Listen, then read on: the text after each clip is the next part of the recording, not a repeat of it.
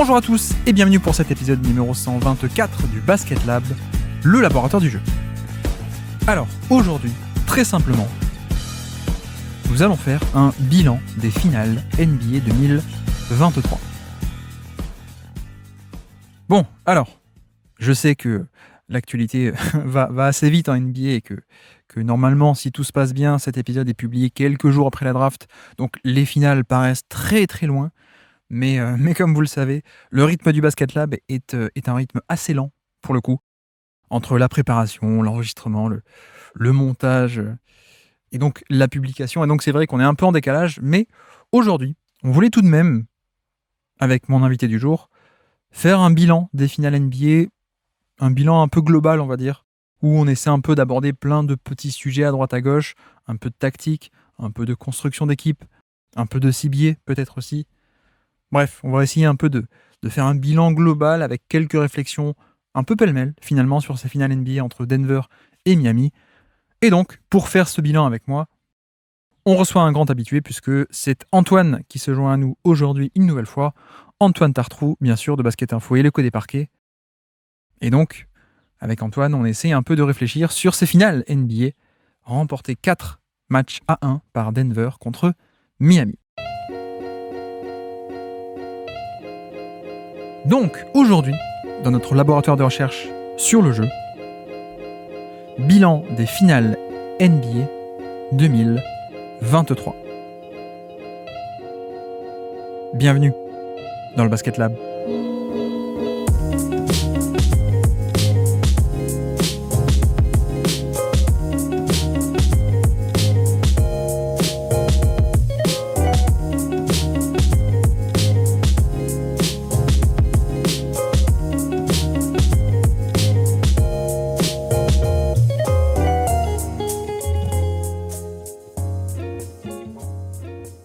Donc, on se retrouve aujourd'hui pour un épisode, vous allez voir, on va faire un peu un bilan des finales NBA, d'une certaine manière, et pour ça, on reçoit un habitué, bien sûr, on reçoit Antoine. Comment ça va, Antoine ?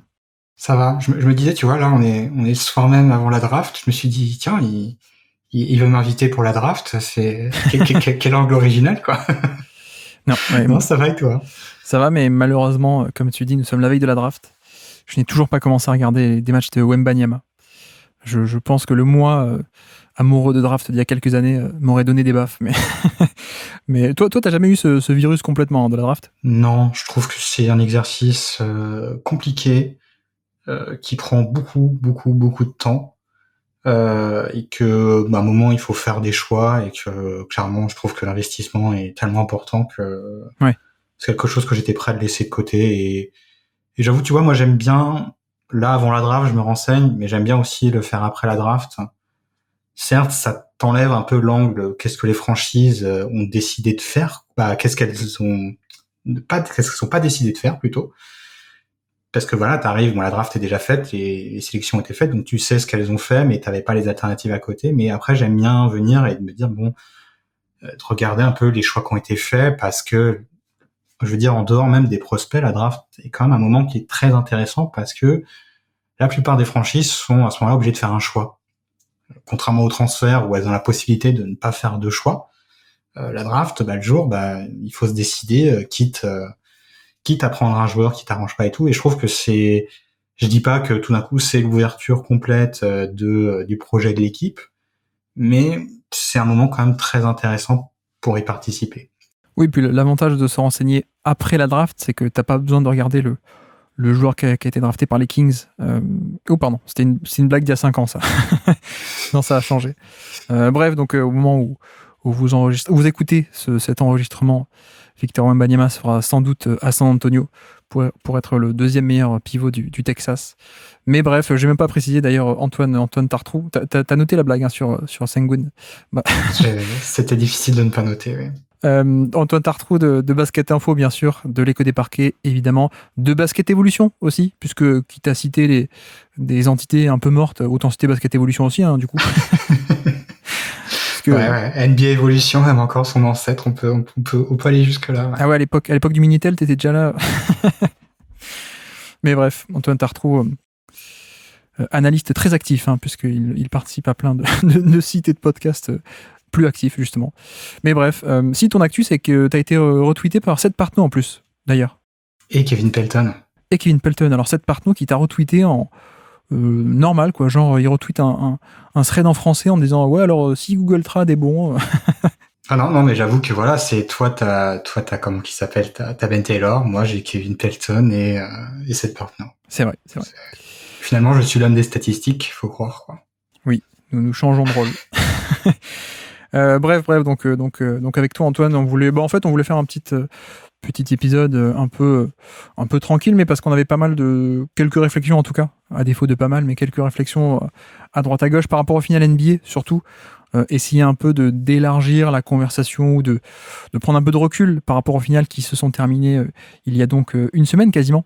On a voulu quand même attendre après ce qui aurait dû être la date d'un potentiel Game 7, bien sûr, par respect pour Miami, mais non, on voulait un peu faire un bilan des finales, surtout que en plus j'ai vu que toi tu avais commencé à faire un thread il y a quelques jours avec quelques-unes de ces réflexions, donc ça valait le coup de s'arrêter dessus parce que déjà c'est un nouveau champion et puis c'est aussi une équipe championne un peu atypique peut-être, on peut dire.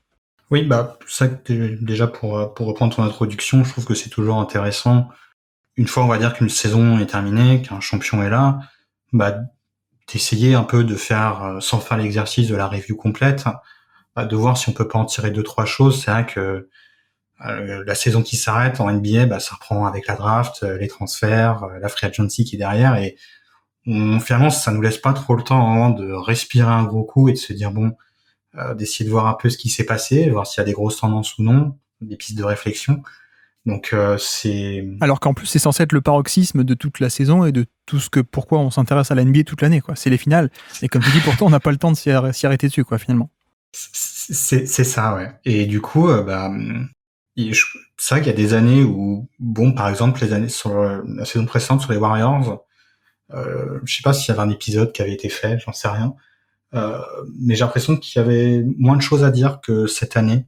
Et comme tu dis, c'est une nouvelle équipe championne, un profil sans doute un petit peu atypique, et ce qui va avec du coup plein de pistes de réflexion, à savoir est-ce que on voit quelque chose qui se distingue au loin, une nouveauté dans la NBA actuelle, ou au contraire est-ce qu'il faut voir simplement, on va dire, la confirmation d'une équipe très talentueuse, d'un gros talent derrière. C'est l'occasion de faire le point. Ouais. Alors que j'essaie de retrouver ton thread, mais bref, on a plusieurs thèmes un peu à aborder aujourd'hui. Le premier que tu abordes un peu dans ton thread et dont on peut commencer à discuter maintenant, c'est un peu entre guillemets un mea culpa. Je sais pas si c'est correct que je le formule comme ça, mais un peu un côté où Denver nous a surpris sous pas mal d'aspects. Lesquels en particulier, Antoine, toi, t'ont un peu plus surpris? Juste avant, si j'avais décidé de commencer par ça, c'est que je sentais qu'après la validation du parcours de Denver, il y avait un peu un côté ceux qui avaient tort et ceux qui avaient raison. Et l'idée, moi, c'était un peu d'arriver et de dire c'est probablement, de ce qu'on vient de voir, c'est un peu plus compliqué que ça, et que je suis pas sûr que même ceux qui étaient, je pense que je faisais partie des personnes qui étaient assez pro Denver dans leur capacité à aller chercher le titre. Oui. Quand je vois le parcours des Nuggets, il y a des choses qui pour moi étaient attendues, même si elles n'étaient pas attendues visiblement par tout le monde. Mais bon, ça, on va y revenir, quoi. Et d'autres choses pour moi qui n'étaient pas attendues, et je pense que avant de dire à tout le monde pourquoi vous doutiez des Nuggets, il n'y a aucune raison, d'essayer de voir, de se dire avant que ces playoffs arrivent, quelle était, on va dire, notre image des Nuggets, et là du coup après le titre, de voir où en est cette image. Et si ça n'a pas évolué, bravo, vous aviez prévu tout ce qu'il fallait. Mais je pense que pour la majorité des gens, non, c'est pas, il y a un écart. Il faut se focaliser sur cet écart et de comprendre si c'était un peu, on va dire, justifié, et entre guillemets, tout montrait que c'était quelque chose qui était compliqué pour eux, et sur cet échantillon-là, ils nous ont fait mentir. Ou du coup, vice versa, non, c'est vraiment une faute d'analyse.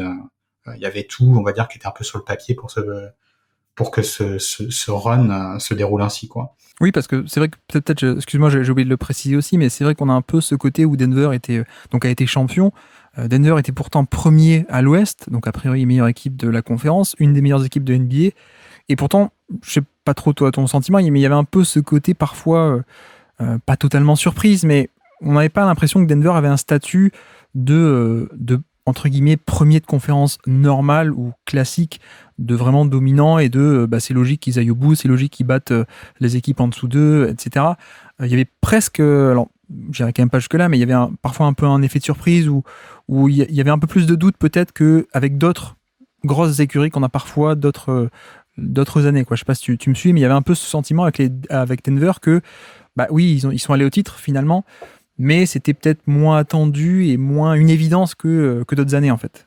Bah, si on prend, alors c'est quelque chose que j'aime pas trop faire, mais si on prend les cotes des bookmakers, j'aime pas trop le faire parce que les cotes c'est pas véritablement seulement une prévision de spécialistes, hein. C'est aussi des jeux de balance de cotes, d'optimisation financière derrière. Donc, faut quand même toujours se méfier un peu de ça, mais c'est pas pour autant que ça ne veut rien dire non plus.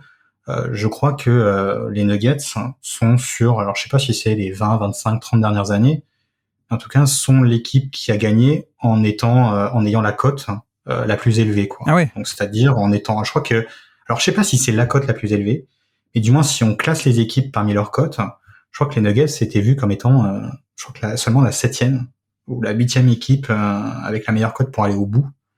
Ce qui apparemment sur un échantillon assez important est la marque la plus élevée, quoi. Donc ce côté surprise, il était vraiment là. Et comme tu dis, c'est paradoxal parce que on avait quand même une équipe qui est première de conférence, mais je pense qu'aussi on est dans une époque où la prise en compte de la saison régulière n'a jamais suscité autant de suspicions.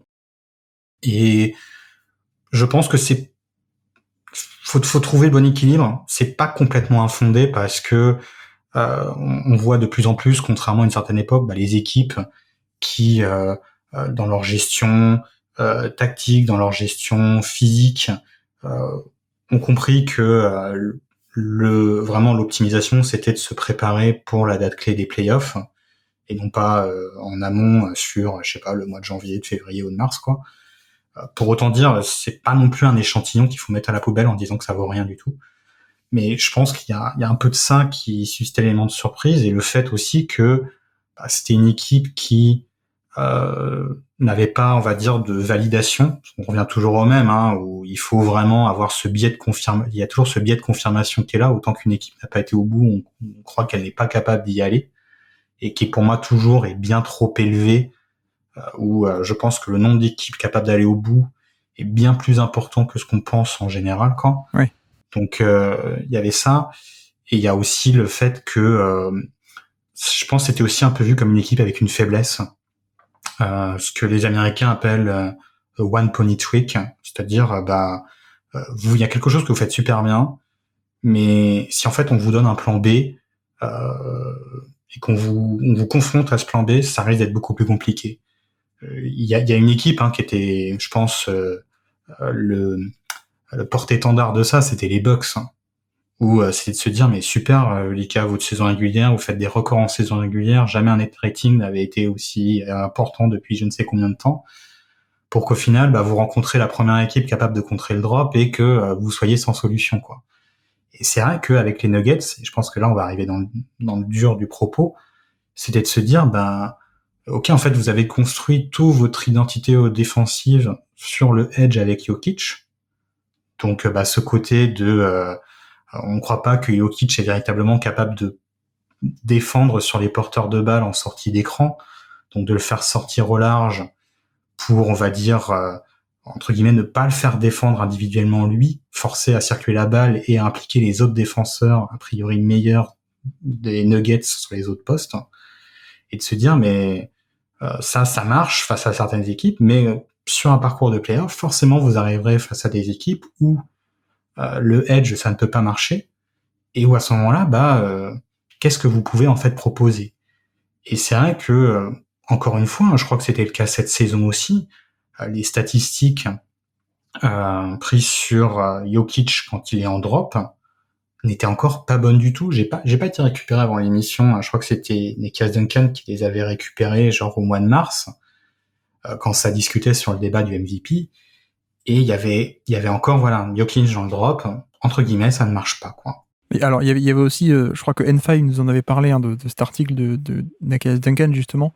Et il y avait aussi une nuance qu'on pouvait apporter, où même les fois où ça marchait, ou parfois les bons chiffres, faut voir aussi contre qui c'était utilisé. Et parfois, c'était contre les San Antonio Spurs ou des match-ups comme ça, quoi. Donc, même si les stats parfois pouvaient être bonnes, c'était pas forcément transposable, les Spurs 2023 de saison régulière, à faire du drop contre des équipes de playoff, en fait. C'est ça. Et c'est vrai que du coup, bah, si on se dit, voilà, parce que je pense que, je sais pas pour toi, mais pour moi, en tout cas, c'était le point, entre guillemets, s'il y avait, voilà, que si je préparais les Nuggets pour les regarder pour les playoffs, le point numéro 1 sur lequel j'allais me focaliser en me disant, bon, c'est là où une partie de la bataille va jouer, c'était sur ce point-là, quoi. Je sais pas Oui. si c'était pareil pour toi. Oui, tout à fait. Bah, ça a toujours été un peu l'identité de cette équipe, ça a été comme tu dis, hein, ce fameux edge, de mettre la pression sur le ballon pour forcer le porteur de balle à lâcher la balle, pour essayer que ça ne passe pas, que ça n'attaque pas directement Jokic. Mais sauf que du coup, derrière, il y a beaucoup d'implications, ça déclenche beaucoup de mouvements. Or, on a toujours un peu vu sur ce cycle depuis la saison 2019 à peu près, où ils ont instauré ça bien.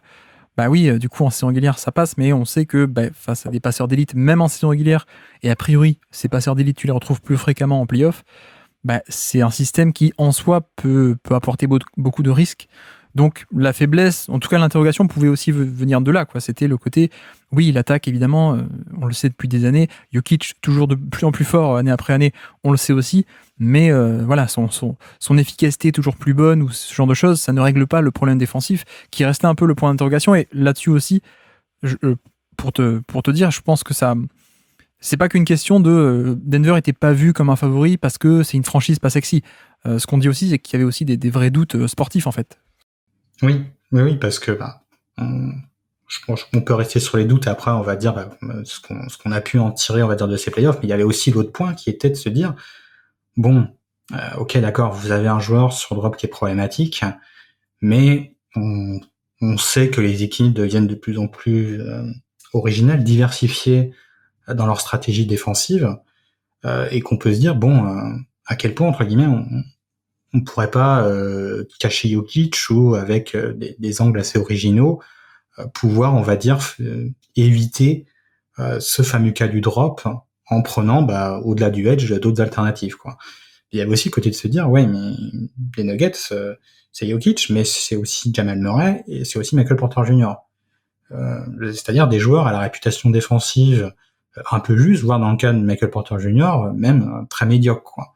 Et de se dire, et d'ailleurs, hein, c'était les critiques qui ont été faites au moment où Michael Porter Jr. a signé son contrat, c'était de dire, mais ok, mais même en fait, si Michael Porter Jr. Confirme ne serait-ce qu'une partie de son contrat, comment cette équipe peut avoir un équilibre défensif derrière, quoi. Oui, parce qu'en plus, c'est des joueurs dont tu peux pas trop te passer non plus, quoi. C'est pas genre les joueurs de fin ou de milieu de banc, on va dire. Jamal Murray et Porter Jr., a priori, tu veux des gros temps de jeu parce qu'il y a un apport offensif qui est gros et en plus, il y a un statut, il y a un salaire qui est énorme. Donc, c'est pas genre le joueur dont tu peux te passer. Les problèmes défensifs, tu vas forcément devoir les gérer, quoi.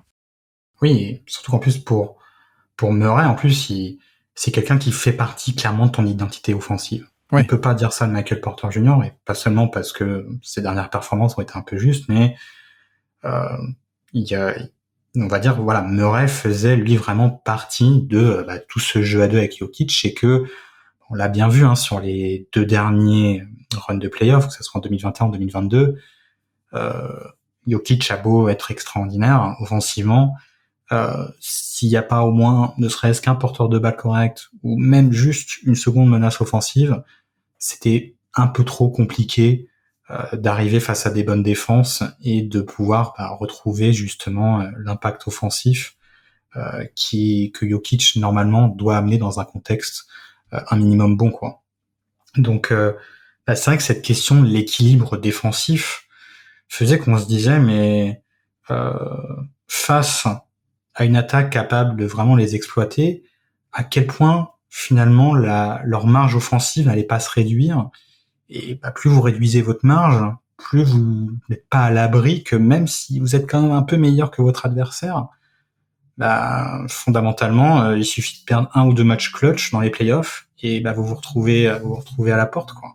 C'était un peu d'ailleurs la série, je sais plus quelle année c'était peut-être 2019 face aux Blazers, Oui. Où de mon point de vue Denver était clairement meilleur, Oui. clairement meilleur que les Blazers. Et c'est juste qu'il y avait pas du tout d'équilibre défensif de cette équipe. C'est vrai qu'en face, il y avait aussi un Lillard et un McCollum en bonne forme, mais voilà, vous n'aviez pas la marge des deux côtés du terrain pour vous mettre à l'abri, quoi. Et c'est vrai que certes, le niveau offensif de Denver est tel que ça nous... Moi, en tout cas, c'était l'argument qui me faisait dire ils peuvent aller au bout, parce que comme je dis, c'est 1 ou 2 matchs clutch que vous pouvez perdre, vous pouvez aussi les gagner. Et à ce moment-là, ça vous fait passer la série compliquée et avec un bon parcours, vous pouvez aller au bout parce que votre attaque est bonne à ce point-là, quoi. Mais il y avait quand même cette peur défensive qui donnait l'impression que ça manquait un peu d'équilibre, quoi. Et enfin, je pense le dernier point, on va peut-être faire les doutes un par un, c'était aussi, et ça pour le coup, quelque chose qui se confirmait saison après saison, c'était quand Jokic est pas sur le terrain, qu'est-ce qui se passe, quoi. Et c'est vrai que si Jokic avait des plus-minus de folie, c'est parce que c'est un joueur offensif excellent, c'est aussi parce que il y avait pas vraiment de rotation derrière. Alors, pas seulement la rotation, je veux dire simplement du pivot, mais aussi que, un peu à la manière de Curry avec les Warriors, il y a une identité offensive bien définie avec Jokic. Quand Jokic n'est plus sur le terrain, quelle est l'identité offensive de cette équipe, quoi? Et est-ce que c'est pas un peu le lot de toutes les superstars au final? C'est le lot de toutes les superstars, parce que c'est vrai qu'on l'avait retrouvé un peu le phénomène avec les LeBron James aussi à Cleveland. Ouais. Où même quand il y avait Irving et Love sur le terrain, c'était pas extraordinaire, quoi. Ouais. Donc c'est vrai qu'il y a un peu de ce lot-là, mais il y a aussi l'aspect de se dire il y a, on va dire ne pas être au niveau des attentes en se disant vous avez Murray, vous avez Michael Porter Jr., vous devriez être quand même un minimum correct en attaque et au moins des deux côtés du terrain. Et en fait, on voit que ça l'est. Et en réalité, non, ça l'est pas du tout. Il y a une différence entre être neutre et véritablement être en négatif, ce qui fait que tout ce que vous avez pu gagner avec Jokic, vous pouvez le perdre en quelques minutes du cercle sur le banc et encore une fois, réduire considérablement votre marge, quoi. Donc, je pense que ça soit, on va dire, le côté manque de flexibilité défensive, personnel défensif en soi, et le dernier point, qui était la rotation, et notamment plus que la rotation, vraiment quand Jokic est sur le banc, ça faisait quand même 3 questions qui faisaient que je pense que même les personnes les plus optimistes sur les Nuggets ne avaient du mal à voir, on va dire, je pense qu'ils, comme moi, ils savaient que les équipes pouvaient aller au bout, mais en se disant vraiment, en n'ayant pas, on va dire, ce sentiment de confiance qui devrait aller avec d'une équipe dans un monde bien équilibré des deux côtés du terrain.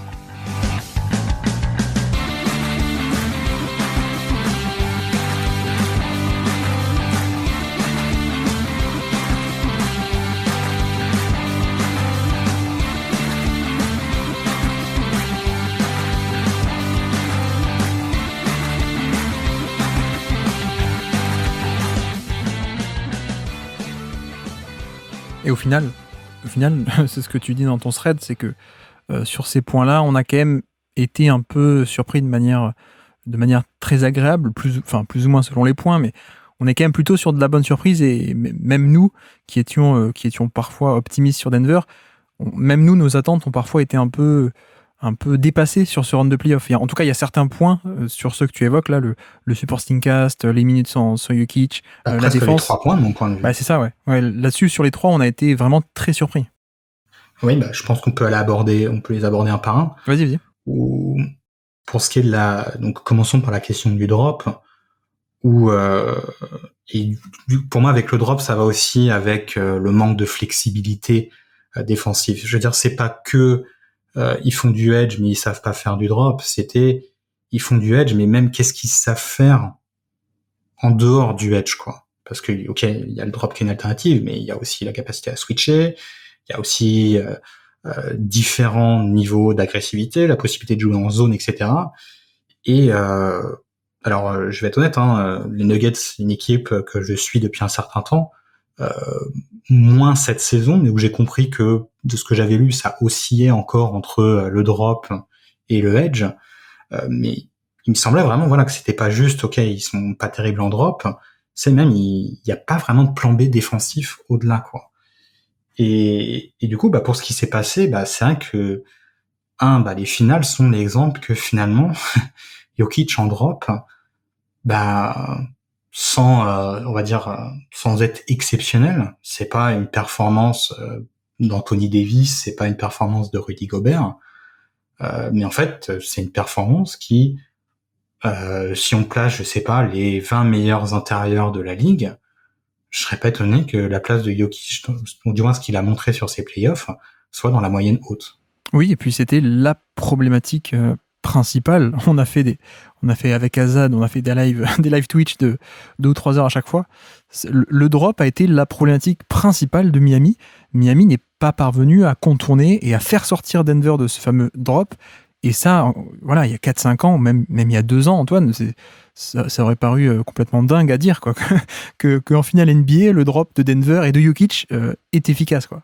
Face à une équipe comme Miami, Oui, en plus, ouais. qui certes n'avait pas Tyler Hero, mais qui un peu, sur ces 4 dernières années, posait une certaine marque de fabrique pour justement attaquer le drop.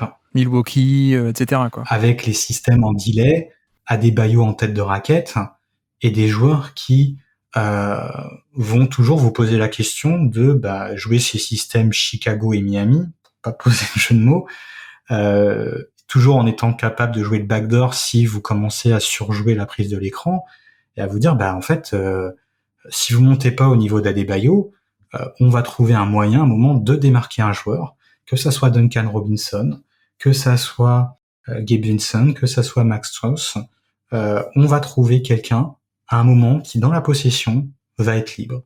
Et si vous montez pas au niveau, si vous voulez rester en drop, on va vous allumer là-dessus, quoi. Alors, juste aussi, c'est vrai qu'on a oublié de poser les bases, effectivement. Le drop, qu'est-ce qu'on appelle le drop? C'est rester bas par rapport au niveau de l'écran sur les pick and roll.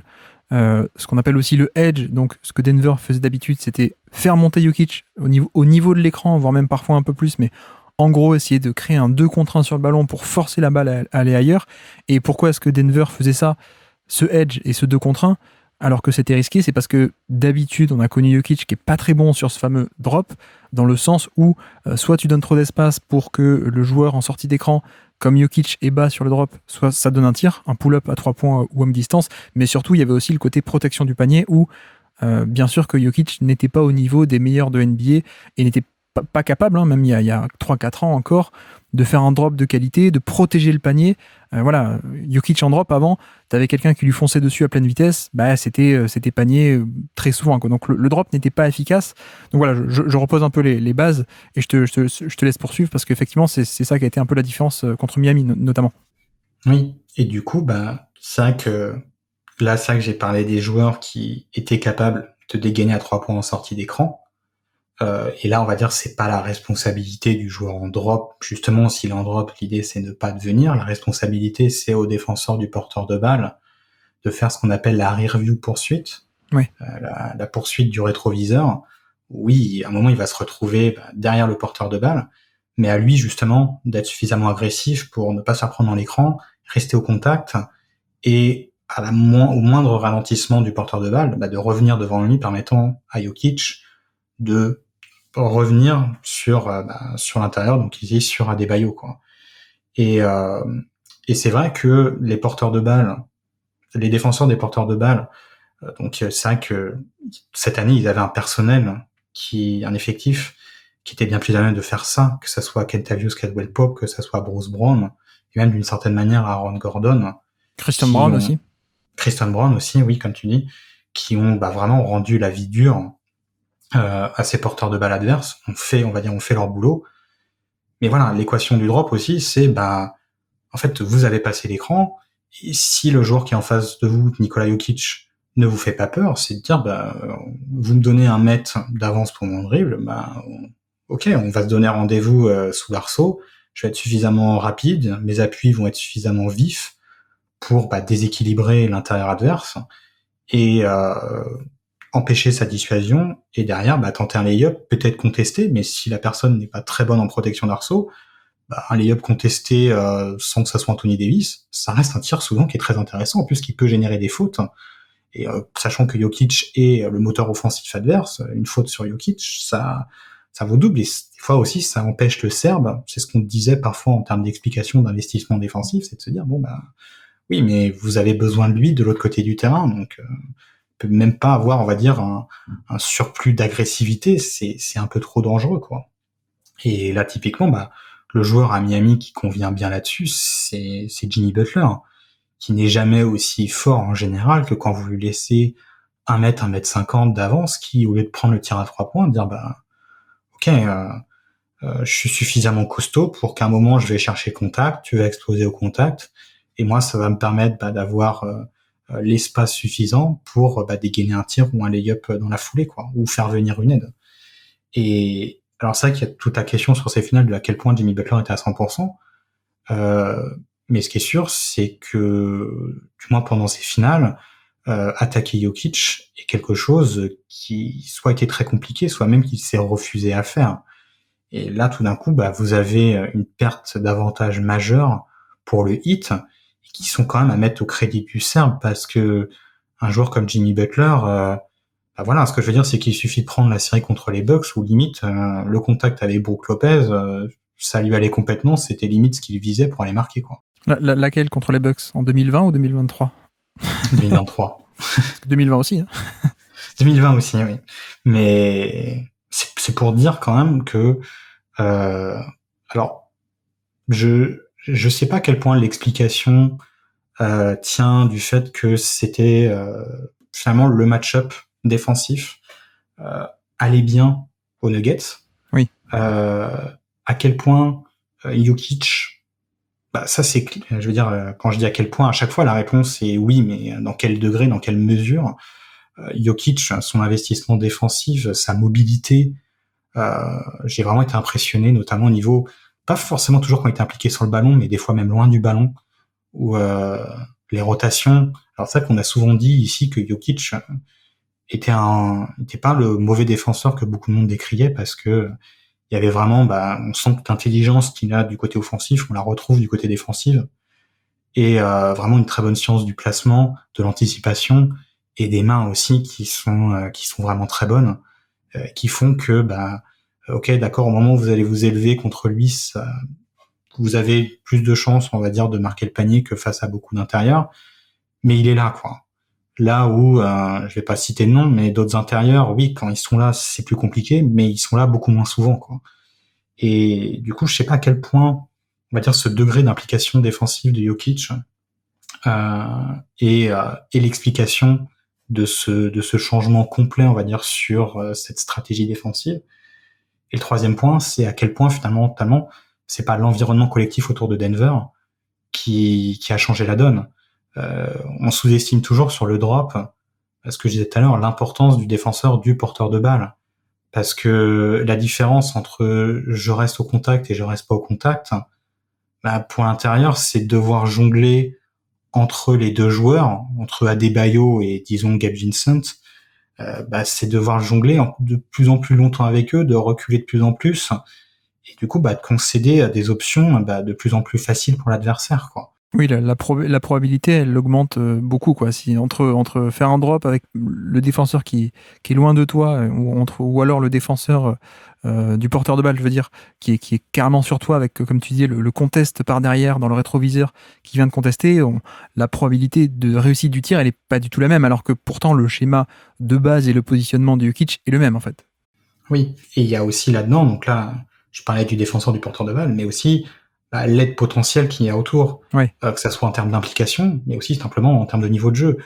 Les stunts, la capacité justement à bien se placer entre les deux, à enlever des options au joueur, à lui donner un sentiment de le gêner, de le déranger un petit peu en disant est-ce que je dois faire attention à lui ou est-ce que je dois pas faire attention, et rien qu'en fait la prise en compte de ce joueur dans l'équation du drop peut perturber ou du moins réduire considérablement l'avantage offensif que le porteur de balle s'est créé juste en passant à travers l'écran. Et du coup, sur un peu ces trois facteurs, le match-up avantageux de Miami, le niveau de Jokic qui s'élève et le contexte environnant aux alentours, j'avoue que moi, alors c'est peut-être parce que cette année, j'ai pas eu l'angle tactique que j'aurais mis sur les finales, mais je suis un petit peu perdu pour pondérer les 3 points. Je sais pas si toi là-dessus t'as un avis. Oui, moi j'aurais un peu plus de nuances à apporter, peut-être tout à l'heure, mais effectivement le match-up était quand même assez favorable, on va dire, mais il n'empêche que, comme tu dis aussi, voilà, le contexte, certes, d'ailleurs, on a vu que pas mal de fois, Denver faisait venir le défenseur côté faible un peu dans la peinture, ce qui est d'habitude quelque chose que tu n'as pas trop besoin de faire quand ton intérieur fait du drop. L'intérêt du drop, c'est que justement, ça soit Jokic ou l'intérieur qui contrôle un peu toute la raquette à lui tout seul. Donc il n'y a pas besoin d'apporter ça. Pourtant, Denver l'a apporté un défenseur depuis le côté faible. Donc ça pouvait aussi aider de ce côté-là. Donc oui, il y a aussi une aide du contexte et du collectif, le défenseur qui passe l'écran, etc.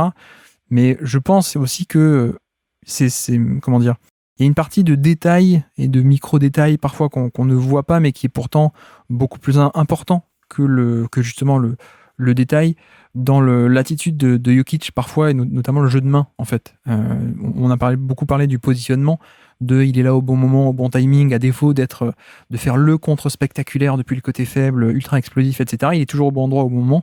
Mais même sur ces fameux pick and roll, drop ou edge d'ailleurs, il y a toujours un jeu de main qui est de main ou de pied d'ailleurs qu'on a vu sur les finales, mais qui est toujours très intelligent, on retrouve exactement la même qualité que d'habitude avec Jokic, la coordination main-œil, la lecture de ce que va faire l'attaquant. Enfin, d'habitude il lit ce que font les défenseurs, mais il est aussi capable du coup de lire ce que font les attaquants.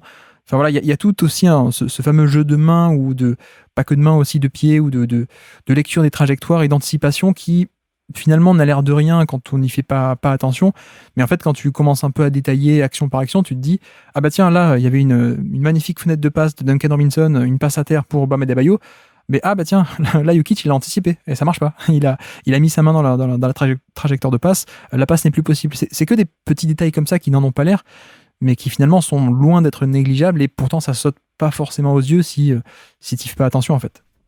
Bah, c'est toujours c'est un vieux débat sur les qualités athlétiques de celles qui sont vachement mises en avant, Oui. Et au contraire de celles qui le sont moins mises. Et c'est vrai que la coordination humaine est quelque chose qui est très peu, voire jamais quasiment évoqué, alors que défensivement c'est un aspect quand même extrêmement important. C'est souvent la différence entre une faute et l'absence de faute. Ouais.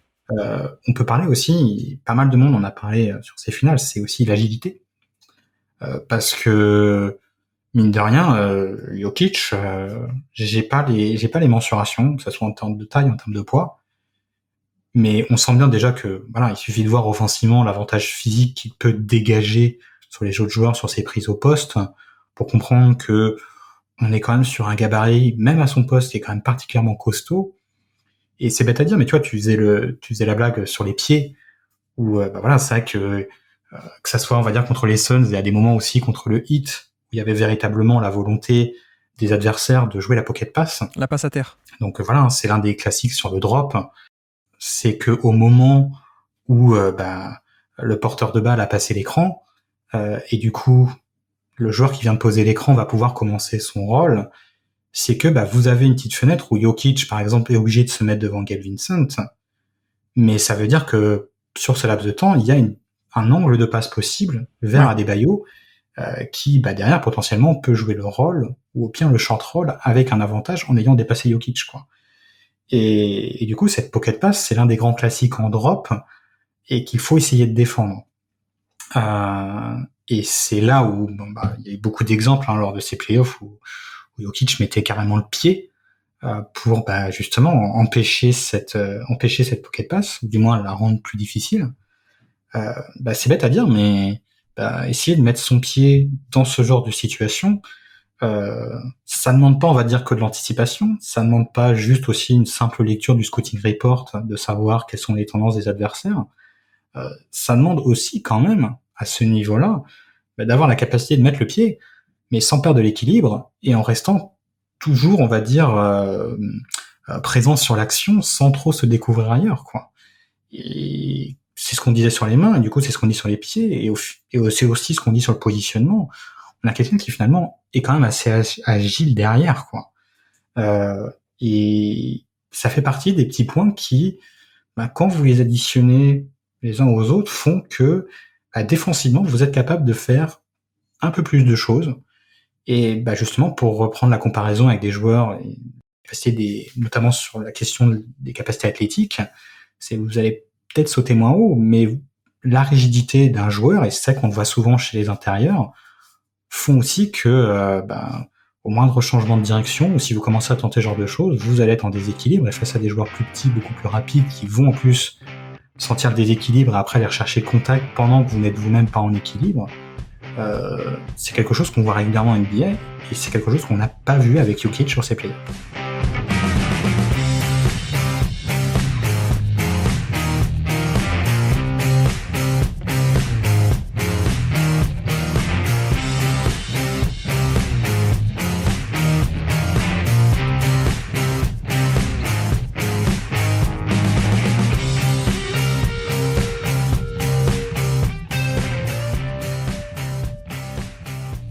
Bref, donc ça c'est le premier point sur lequel on est un peu soit dans le mea culpa, soit dans la bonne surprise, on va dire, c'est l'individu Jokic défensivement.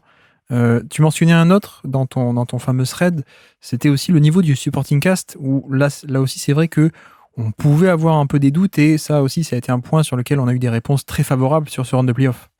Oui, c'est vrai que les attentes, notamment sur Murray et sur Michael Porter Jr. étaient quand même assez basses.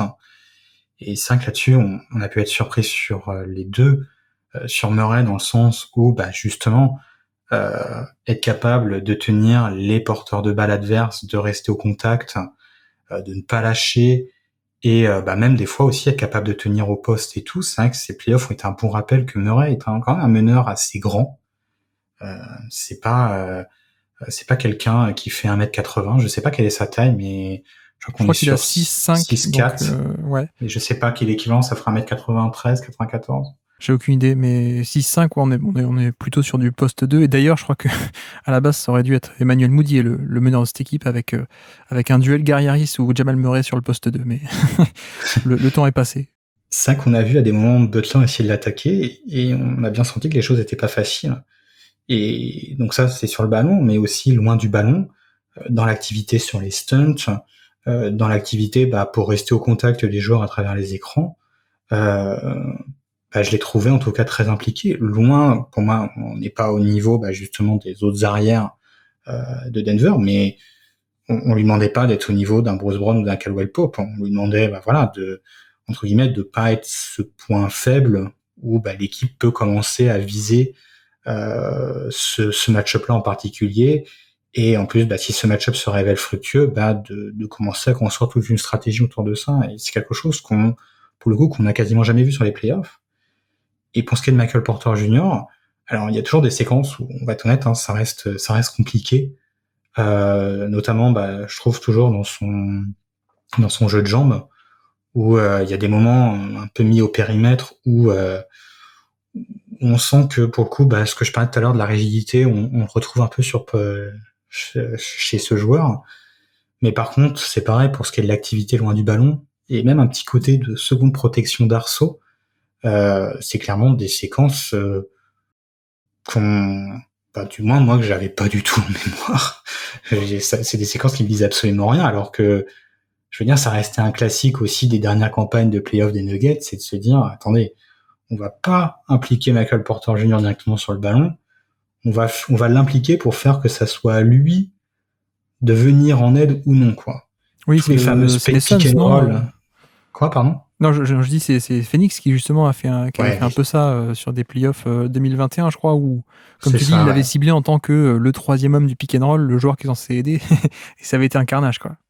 Exactement, ça avait été ça. Et là, il y a toujours des erreurs, il y a toujours des absences, mais il y a aussi des séquences où, comme je dis, on le voit venir en rotation, et c'est là qu'aussi on se rappelle que c'est un joueur immense, parce que s'il est là sous l'arceau à ce moment-là, ça reste un contest, une opposition qui est bien plus compliquée que même si c'était Bruce Brown ou Caldwell Pope en face, quoi. Ouais. Et c'est vrai que c'est là où tout d'un coup l'avantage de taille des Nuggets commence véritablement aussi à peser, quoi. Et c'est vrai que sur ces deux joueurs-là, c'est d'assez loin les meilleurs performances que j'ai pu voir de ces joueurs, et au point où je me dis, mais même en saison régulière, je veux dire, il n'y a pas grand-chose qui invitait à voir ça, quoi. Oui, oui. Et encore, là, tu parles de la défense, mais on pourrait presque même étendre ce côté bonne performance du supporting cast à l'attaque, avec Jamal Murray, avec aussi Aaron Gordon, qui finalement a aussi fait de très bons passages, y compris offensifs, et l'ensemble du supporting cast, ça aussi, voilà, on a, enfin, supporting cast, dont, pas que les role-players, je veux dire, j'inclus aussi Jamal Murray, Michael Porter Jr. et Aaron Gordon là-dedans, mais du coup, ouais, même en attaque, on a aussi une réponse positive, en tout cas de bons playoffs, alors que, bah, par exemple, pour le cas de Jamal Murray, c'est quelqu'un qui n'est pas du tout sur le même rythme en saison régulière, qui revient de blessures assez importantes. La dernière fois qu'on l'a vu en playoff, c'était 2020. Certes, c'était impressionnant, mais on était sur un échantillon minuscule, dans des conditions très particulières qu'était la bulle, où beaucoup de monde a bien shooté. Ses performances étaient aussi dues à beaucoup de surchauffe à 3 points. Donc, voilà, on pouvait aussi aborder ces playoffs 2023. 3 ans plus tard, c'était ses premiers playoffs, en se disant à quel point est-ce que 2020, c'était pas finalement un épiphénomène. Et là, la réponse, c'est que, bah non, non, ou alors c'est un deuxième épiphénomène, mais ça, c'est la probabilité que ça soit deux fois un coup de chance, elle est quand même très réduite, quoi. Ce que j'ai trouvé intéressant avec Murray, c'est que il y a eu clairement les coups de chauffe qui sont impressionnants et qui font que là, Denver devient vraiment, vraiment, vraiment inarrêtable. Mais je trouve que, par exemple, sur ces finales, j'ai l'impression, je sais pas quelle est sa moyenne lors des finales, je veux dire sa moyenne en termes d'efficacité, mais ce que j'ai trouvé intéressant, alors c'est vrai que ça a été vraiment évoqué avec le coup des 10 passes décisives, et je trouve que au-delà de moyenne, je veux dire, mais au-delà du simple aspect statistique, ce que j'ai trouvé intéressant, c'est que même quand la réussite commence à l'abandonner, il y a quand même malgré tout souvent cette capacité de punir la stratégie adverse. Il y a toujours, on va dire, ces tirs qui, voilà, hein, Murray quand ça rentre c'est extraordinaire, mais c'est aussi, il y a des moments quand ça rentre pas, ça l'est beaucoup moins et c'est même très frustrant. En se disant mais pourquoi Jokic touche pas plus la balle au fait. Mais au-delà, on va dire des fois d'une sélection de tirs qui est un peu douteuse, mais alors j'ai toujours un peu, je sais jamais trop positionner sur cet argument, mais qui des fois peut faire aussi un peu du bien sur certaines, notamment sur certaines séquences et pour faire un peu douter l'adversaire. Mais je trouve que même au-delà, on va dire, de la question de la réussite, ce que j'ai trouvé intéressant, euh, euh, c'est cette capacité à punir le dispositif adverse sans, on va dire, que ça soit, on va dire, sa sélection de tir qui est toujours un peu douteuse. Je trouve que finalement, il la pondère malgré tout assez bien avec ce que demande, ce que propose la défense adverse, quoi. Oui, parfois, tu as un peu besoin de ces tough shot maker, ou en tout cas taker, parfois. Et l'avantage de Murray, c'est qu'il est capable de prendre ces tirs-là, et qu'en plus, c'est pas juste le puncher en sortie de banc qui prend que des tirs compliqués. On voit aussi qu'il y a tout le jeu de synergie et d'automatisme avec Jokic qui vient compléter ça, quoi. Ce serait pas la même histoire si c'est juste un Jamal Murray qui fait ses isolations et des step back sur des tirs difficiles. Non, il y a aussi tout le reste du jeu qui fait on a eu un joueur très très très intéressant. Bah, tu vois, par exemple, c'est ce qui est très intéressant avec Denver, c'est qu'ils ont cette capacité de jouer, on va dire, vraiment de manière assez classique. J'ai envie de dire un peu avec le ballon, dans le sens, on va faire des pick and roll dans tout le fameux jeu à deux, ils sont plus juste que pick and roll, tout le jeu à deux Jokic-Murray, qui déjà en soi est quand même un peu une rareté dans la ligue d'avoir, on va dire, cette capacité d'avoir autant de variété simplement dans un jeu à deux, mais aussi cette capacité de jouer sans ballon. Il y a ce fameux système qu'on a vu pour le coup sur chacun des adversaires des Nuggets, euh, où suivant, on va dire, comment était défendu le jeu à deux des Nuggets, c'était à nous de dire bon en fait on va vous punir sans le ballon, et ce système où Jokic est au poste haut et vous aviez Murray ou Gordon qui venait poser l'écran, on va dire juste à côté, ils l'ont répété à fond, et du coup ça veut dire que quand même rien que Murray est capable d'apporter cette variété, de pouvoir jouer sans ballon et de pouvoir même poser des écrans, Ouais. un peu à la manière d'un Curry sans que ça soit le niveau d'un Curry, mais rien qu'en fait d'avoir la capacité de cette variété avec sans le ballon, d'avoir pas une vision du jeu exceptionnelle mais suffisante pour punir sur le jeu à deux, des couvertures, on va dire, un peu simples, font que j'ai trouvé que cette attaque des Nuggets, j'ai pas l'impression que sur ces playoffs, elle était complètement en surchauffe. J'ai juste l'impression que ils avaient la réponse à peu près à tout et que c'était vraiment très impressionnant de voir ce sentiment de tranquillité de ok, vous faites ça, on sait ce qu'on va devoir faire derrière. Donc la capacité, on va dire, avoir en soi la capacité technique de faire l'ajustement et de pouvoir le réaliser et de manière très diverse, peu importe où vous vous situez sur le terrain, peu importe le système proposé en face sur le ballon ou loin du ballon, ils ont toujours été capables de trouver l'alternative. Et là-dessus, c'est principalement Jokic, mais on l'a vu aussi lors des dernières campagnes de playoffs, ça ne peut pas être que Jokic. Et c'est là où tu dis, les performances de Murray, les performances de Gordon, qui, ok, vous voulez commencer à switcher loin du ballon en dehors de Jokic, ok, mais ça veut dire que vous allez accepter Aaron Gordon sur votre meneur adverse. Est-ce que vous voulez vraiment ça, quoi? Et on a vu que non. Et même au-delà, je veux dire Bruce Brown et Caldwell Pope, il y avait un peu ce sentiment du côté des Nuggets que vous aviez sur certaines séquences quasiment 5 joueurs qui étaient capables de porter la balle. J'ai pas écouté l'épisode que vous avez fait sur le 3&D, mais on sent bien que l'ère de Danny Green, elle est un peu enterrée, elle est un peu finie, et que les Nuggets, en fait, pouvaient proposer un jeu extrêmement varié, et la capacité aussi d'avoir quasiment 5 joueurs sur le terrain qui sont capables de tirer de loin, sont capables d'aller dribbler derrière et de faire la passe simple, quoi. Ouais. Et tout ça en plus en ayant un avantage de taille assez important, ce qui rend, quand vous avez du jeu sans ballon, quand vous avez ces joueurs qui savent un peu tout faire, ça va vous donner une forte envie de switcher. Et déjà en fait que vous avez avec Jokic quasiment pour moi le seul intérieur capable de punir comme il a envie ses avantages de mismatch. Souvent les avantages de mismatch c'est plutôt au périmètre qu'il joue sur ces 5-10 dernières années. Jokic, déjà lui, il va pouvoir vous proposer ce contre. Et vous avez même des joueurs avec Gordon et même avec Murray qui, à des moments, sont capables, si vous avez vraiment un gabarit faible en face, d'aller l'attaquer derrière, quoi. Et en fait, j'ai l'impression que la boîte à hockey des Nuggets, elle était immense. Et je vais même être honnête, j'ai pas en tête une équipe avec une boîte à outils offensive à ce point-là fournie. Et c'est parce qu'il y a Jokic, mais comme tu dis, c'est aussi parce qu'il y a tous les autres qui ont répondu présent, quoi. Oui, puis il y a aussi un côté où ça saute moins aux yeux, mais comme tu dis, cette attaque de Denver a une caractéristique qui est très forte, qui est de pouvoir punir tous les mismatchs à peu près qu'elle arrive à créer, alors qu'elle le fait d'une manière qui forcément saute pas autant aux yeux que, comme tu dis, si c'est le meneur qui arrive à faire danser le pivot adverse sur un switch. Elle a Luka Doncic, je crois, ouais. Voilà. Et pourtant, c'est pas sexy, et pourtant c'est sexy au sens un peu médiatique ou flashy ou ce genre de choses, et pourtant Denver a totalement cette caractéristique, alors que ça saute pas aux yeux, quoi. Tu vois, je pense que c'est peut-être l'occasion d'aller, je vais peut-être un peu casser ton plan. Vas-y. Mais je sais que toi, tu as cet élément qui est de se dire, ok, mais cette défense, face à une attaque en 5-out, qu'est-ce qu'elle est vraiment capable de proposer?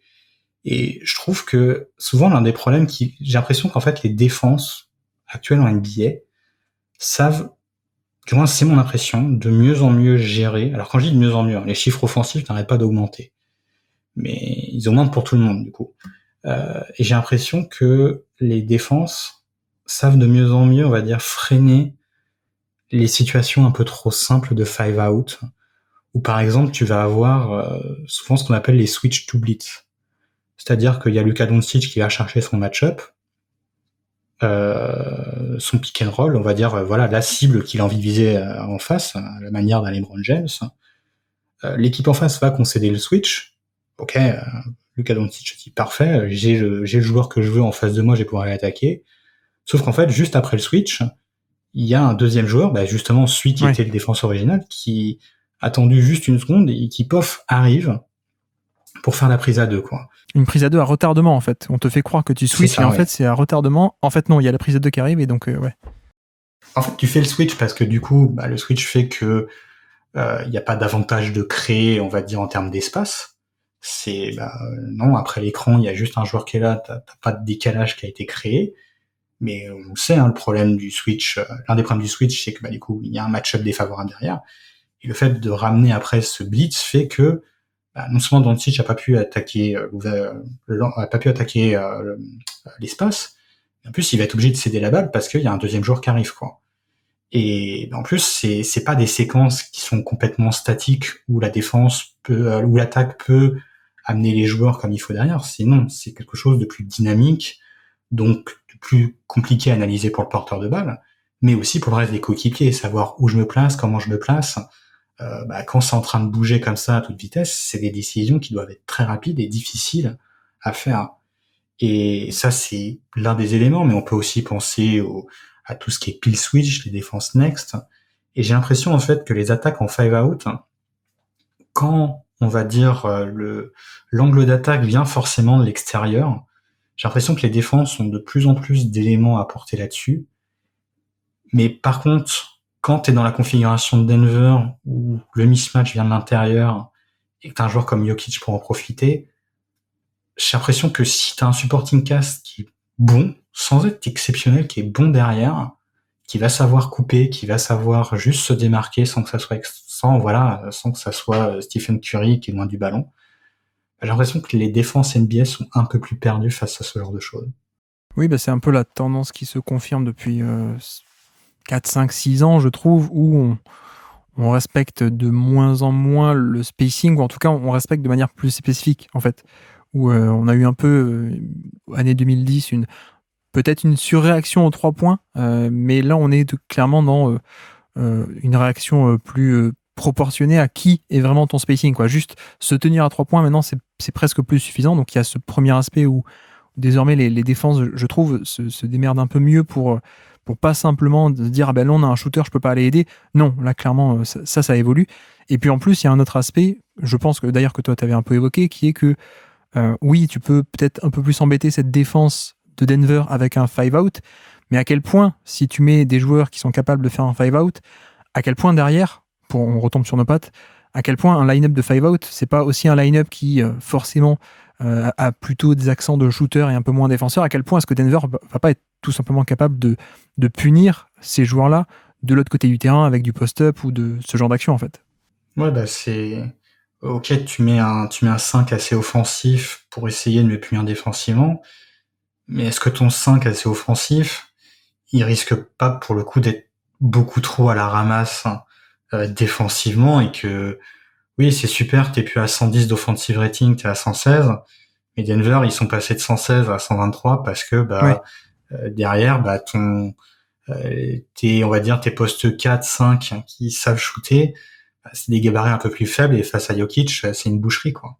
C'est les fameux vases communicants, finalement. C'est exactement ça, quoi.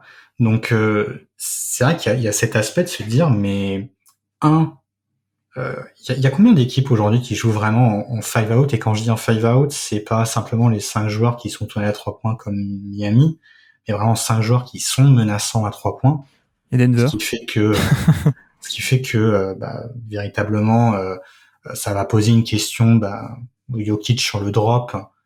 C'est imaginer qu'Adebayo était capable de punir à 3 points et de s'écarter derrière. D'ailleurs, Jokic l'a montré sur pas mal de séquences lors de ses playoffs et lors de ses finales, qu'il était tout à fait capable de jouer ce pick and pop.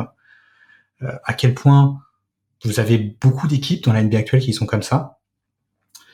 2, à quel point, comme tu dis, non seulement elles sont comme ça, mais c'est pas juste une configuration tactique, elles ont le talent qui va avec. Donc c'est pas je mets Pero Antic au poste 5 juste parce qu'il est capable d'amener autre chose. Non, c'est vraiment j'ai un très bon joueur en face qui fait que j'ai pas trop de différence de talent juste pour mettre en place ma tactique, quoi. 3, à quel point, comme c'est ce qu'on vient d'expliquer, à quel point ok, mais ça peut tenir de l'autre côté du terrain, à quel point défensivement face à un monstre comme Jokic ça peut tenir. Et 4, c'est la réflexion que je viens de faire, c'est à quel point le 5-out classique à la Harden, à la Doncic, à LeBron James, dans la NBA de 2023, c'est quelque chose qui est aussi efficace que ça l'était, je sais pas, en 2016 ou en 2017, quoi. Je trouve que sur cette période-là, sans que ça se voit vraiment, les défenses loin du ballon se sont vraiment complexifiées. se sont vraiment diversifiées, sont devenues beaucoup plus intelligentes, ont beaucoup emprunté à l'Europe dans ce qu'il était possible de faire. Et du coup, c'est ce que je disais tout à l'heure sur Danny Green, force en fait les autres joueurs à ne pas simplement être bons à 3 points. C'est pour ça que le 5 out, ok, d'accord, t'as 5 shooters, mais j'ai l'impression que les défenses actuelles vont te forcer régulièrement à, ok, t'es bon à 3 points, tu viens de recevoir la balle, mais le close-out est fort. Il va falloir en fait que, tu saches dribbler, que tu sois suffisamment menaçant avec ton dribble pour aller scorer, et si tu l'es, après, pour faire la bonne passe derrière, quoi. Et mine de rien, ça demande une combinaison de talents forte et qui est compliquée à avoir, quoi. C'est là où je dis, les 5 out, j'ai l'impression qu'un 5 out à la Houston, je suis pas sûr à quel point ça marcherait autant dans la NBA actuelle. Et c'est là où je me dis, à quel point, en fait, c'est la solution pour battre cette équipe des Nuggets, quoi. D'ailleurs, exemple très concret, Miami aurait pu vouloir poser des problèmes avec certains line-up, avec à la fois Duncan Robinson et Max Strus, voire même Kevin Love, et essayer de faire, pas tout le temps, pas tout le match, mais quelques séquences par-ci par-là de 5 out avec 3 shooters comme ça de très haut niveau, et Erik Spoelstra ne l'a jamais fait. À aucun moment sur les finales NBA, et on respecte un peu Erik Spoelstra, je pense qu'il s'y connaît un peu, mais voilà, il y a aussi une raison pour laquelle il l'a pas fait. Et même en enlevant Kevin Love de l'équation, ne serait-ce que Duncan Robinson et Max Strus, je crois, n'ont jamais joué ensemble, ou ça doit être 1 minute ou 2 ou pas plus, sur ces finales NBA ensemble.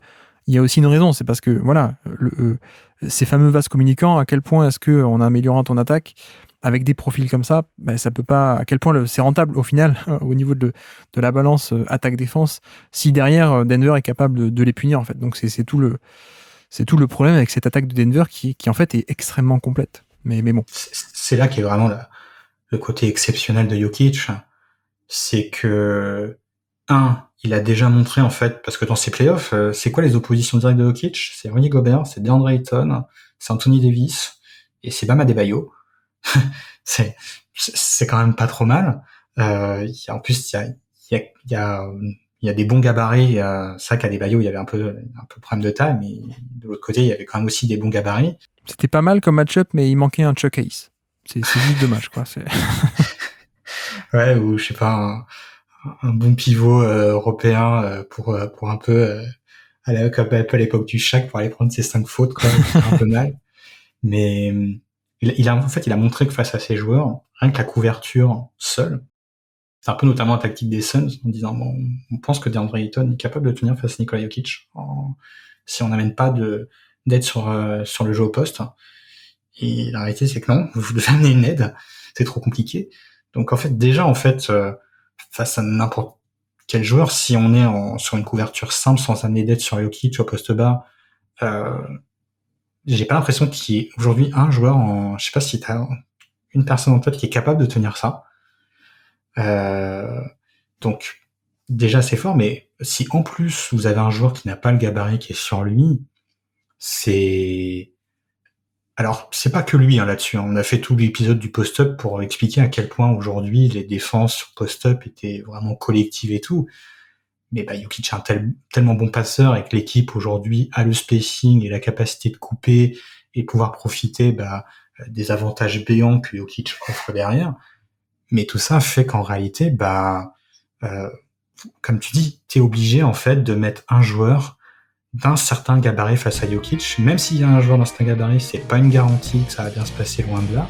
Et si tu le fais pas, t'es quasiment out. Et en fait, déjà, rien que ça contre beaucoup de solutions en 5 out. Oui, parce que si tu défends en 1 contre 1 sur Jokic, tu perds. Et si tu apportes une prise à 2, il gagne. C'est un peu l'idée de ce joueur.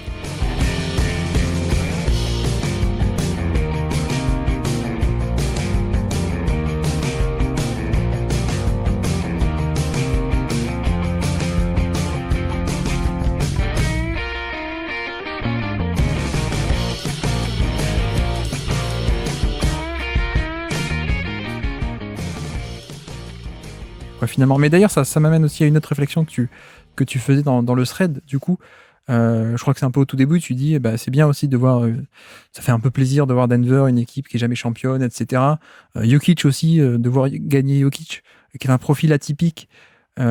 d'ailleurs sur et en dehors des terrains, et peut-être il y a de quoi amener un peu plus de diversité et briser quelques certitudes. Alors, on a parlé de la défense, et peut-être que tu parlais que de la défense, mais sur ce côté un peu de diversité, finalement, si on revient sur l'attaque, à quel point... Enfin oui, ça apporte de la diversité parce que c'est un profil très différent du moule classique, un peu du porteur de balle d'élite qu'on a vu pendant quelques années.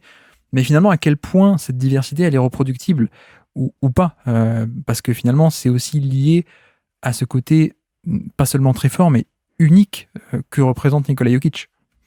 Je pense que ça, c'est toujours un débat où, en fait, souvent, ces stars qui ont des profils uniques, déjà, sur le moment, on se dit, mais en fait, ça a jamais marché, donc je vois pas pourquoi ça marcherait. C'était un peu le cas avec Curry, c'était un peu le cas avec Giannis Antetokounmpo aussi. Il y avait, des joueurs, et je vais pas faire toute la liste, mais voilà, Jordan Poole. des profils qui arrivent, et on se dit, mais ça ressemble pas à Michael Jordan, ça ressemble pas à Shaquille O'Neal, mais comment ça peut aller au bout? Moi, je crois pas trop en ces profils. Euh, Puis finalement, ils gagnent parce qu'en réalité, ils sont vraiment vraiment forts. Et après, l'idée c'est de se dire en fait, est-ce qu'il faut pas faire exactement pareil, quoi. Et je pense que là-dessus, il y a deux éléments à prendre en compte, c'est que vouloir faire exactement pareil, c'est sans doute l'erreur parce que on sent que si c'est des profils atypiques, c'est peut-être pas pour rien. Et que l'idée, on voit pour moi de la continuité entre ces différents genres que je viens de citer, c'est qu'en réalité, on a des équipes qui ont mis en place les systèmes pour profiter de ce caractère unique des joueurs plutôt que de vouloir les mettre dans les moules classiques. C'est pas parce que Curry est un arrière que forcément il faut lui mettre la balle dans les mains. Et c'est pas parce que c'est le meilleur joueur de l'équipe qu'il faut forcément lui mettre la balle dans les mains. Et on va essayer, je sais pas s'ils essayent ou si c'est, mais du moins on va essayer de mettre en place une équipe qui va lui permettre en fait de valoriser cette force. Pour Giannis Antetokounmpo, c'est bon. C'est ce profil athlétique vraiment extraordinaire de porteur de balle de plus de 2,10 m avec en plus la capacité à sauter haut, à être ultra rapide et tout. Comment on va le mettre à profit? En fait, en essayant de l'amener à pouvoir jouer cette dualité de je suis porteur de balle, je suis pas porteur de balle. Si vous n'êtes pas capable de venir trop en aide sur moi, je vais vous défoncer simplement en faisant des spin moves à l'intérieur de la raquette. Si vous venez, on va commencer à jouer du end-off ou je vais être capable de trouver les passes ailleurs. Bref, ainsi de suite, quoi. En fait, on voit que les équipes, souvent la bonne solution, c'est d'optimiser les forces de votre star. Et du coup, c'est pas vraiment quelque chose qui invite à la reproductibilité. De l'autre côté, c'est pas pour autant qu'il faut se dire ils ont Jokic, il y a absolument c'est l'environnement des Nuggets, ça a rien à en tirer derrière. Non, il y a des choses à en tirer derrière, comme beaucoup plus peut-être valoriser la création au poste d'intérieur, où on dit si en fait les défenses deviennent de plus en plus intelligentes sur la création extérieure, il y a peut-être des choses à faire sur la création intérieure. Donc si vous avez des profils là-dessus, sans faire exactement du Jokic, ça peut valoir le coup de les garder, de voir un peu ce que ça peut proposer dans l'environnement collectif. Et après, c'est aussi des petites leçons de tactique comme l'importance du main à main, des choses qui sont beaucoup plus micro, mais qui font que on peut voir que rien que le main à main, ça peut vous apporter une diversité offensive qui est très intéressante. Mais ça, j'ai l'impression que ça soit avec les Nuggets ou avec les Kings, c'est quelque chose qui a été qui est déjà un peu intégré dans la NBA actuelle, quoi. Oui. Donc moi pour moi ça sert à rien de faire un copier-coller bête et méchant, mais il faut essayer de voir ce qu'on peut en tirer d'intelligent quand même derrière. Oui, parce qu'en fait, le jeu est en train d'évoluer et finalement, il y a quelques 2, 3, 4 ans, on s'était dit, finalement, ça y est, on a atteint le paroxysme, mais en fait, non, ça continue un peu de changer. D'ailleurs, on a encore eu une explosion offensive au niveau de la moyenne NBA. Le contexte est beaucoup plus favorable, les défenses continuent de changer, etc.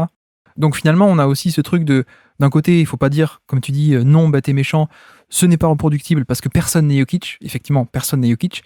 Mais en même temps, comme le jeu change et comme le jeu change, il faut aussi avoir conscience que oui, ce sera peut-être pas pareil que Jokic, où il faut avoir Jokic pour ça, mais il y aura peut-être des opportunités de diversification, de gagner autrement, de jouer autrement, qui peuvent aussi apparaître, et sans forcément être Jokic. Donc je pense qu'il faut être ni dans une caricature, ni dans l'autre, ni dans un extrême, ni dans l'autre, ni se dire non, on peut, oui, il faut absolument copier Jokic, ou non, on peut pas parce que Jokic est unique. Finalement, il y a peut-être un entre-deux de voir aussi comment ça évolue, parce que là encore, si on se souvient 2015, tu l'as vécu aussi. Je sais pas si enfin oui, tu t'en souviens aussi, je pense, mais à l'époque, on disait une équipe de jump shooter ne peut pas gagner le titre en NBA. Et ça, c'était en 2015, l'année des Warriors, quoi. Donc voilà, je pense qu'il y a aussi un côté évolution du jeu et souvent, c'est le propre aussi des choses qu'on ne voit pas venir, c'est que justement on ne les voit pas venir, quoi. Les prochaines évolutions, on est toujours un peu surpris par ça. Donc voilà, de ce côté-là.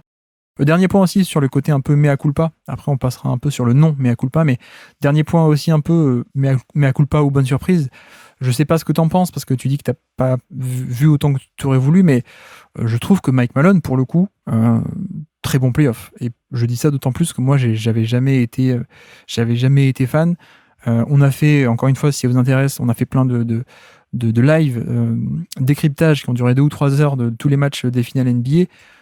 Et à chaque fois, voilà, tout le long des lives, on dit, ah bah tiens, là, bon choix de Mike Malone, bon ajustement de Mike Malone.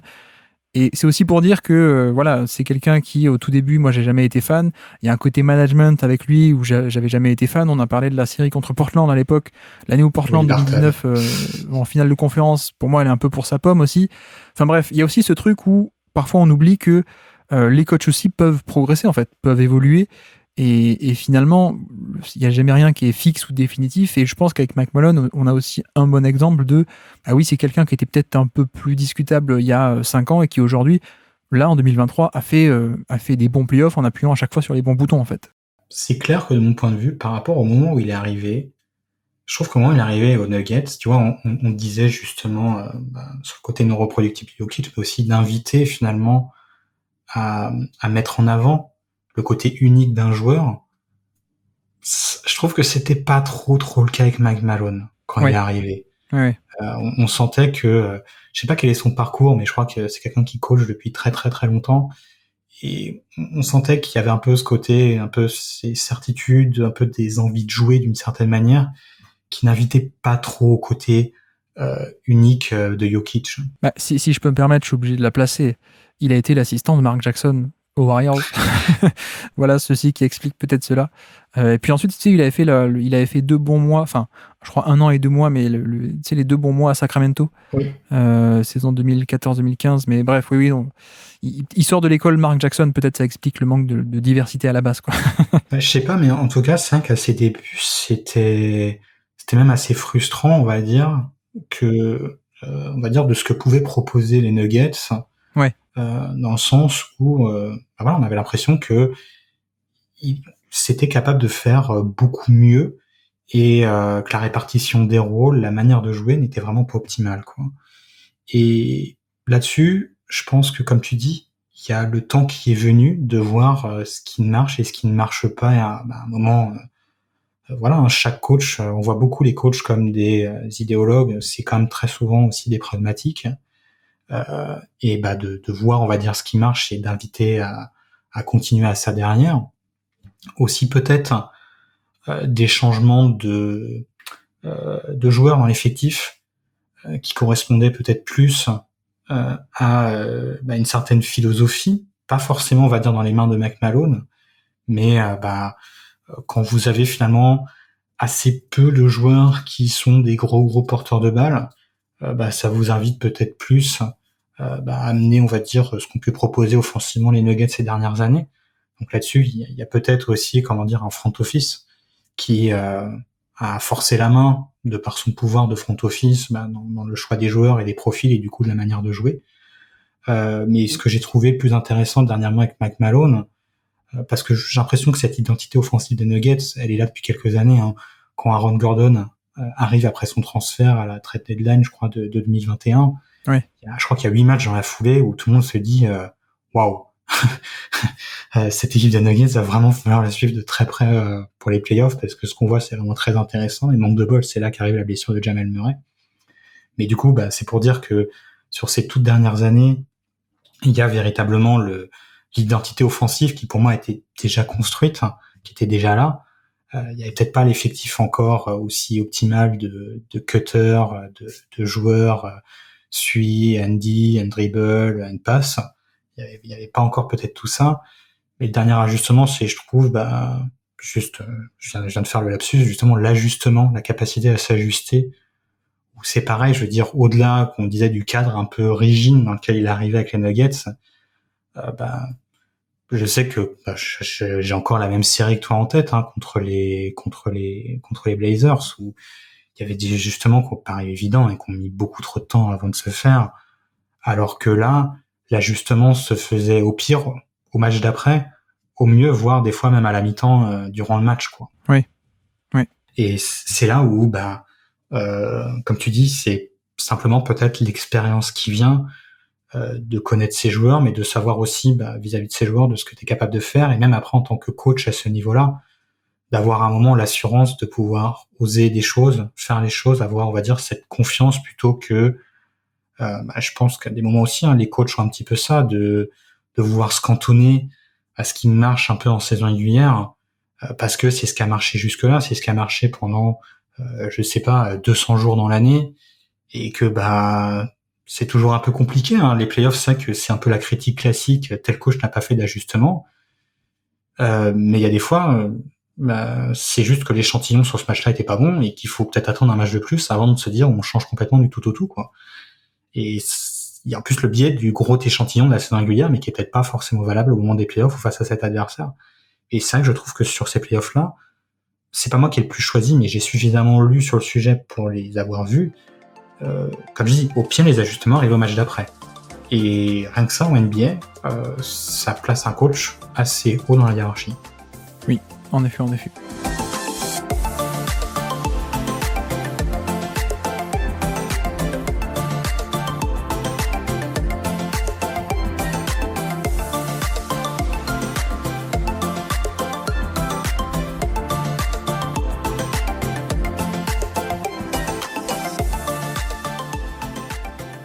Donc voilà pour tous les points positifs. Tu m'arrêtes si tu en as un autre qu'on a oublié, qu'on n'a pas évoqué. Mais après avoir dit tout ça, est-ce qu'il serait pas temps d'amener un peu de nuance peut-être? Alors ça va peut-être être un peu plus moi que toi du coup. Mais non, mais c'est par rapport à... Bon, alors sur le coup de est-ce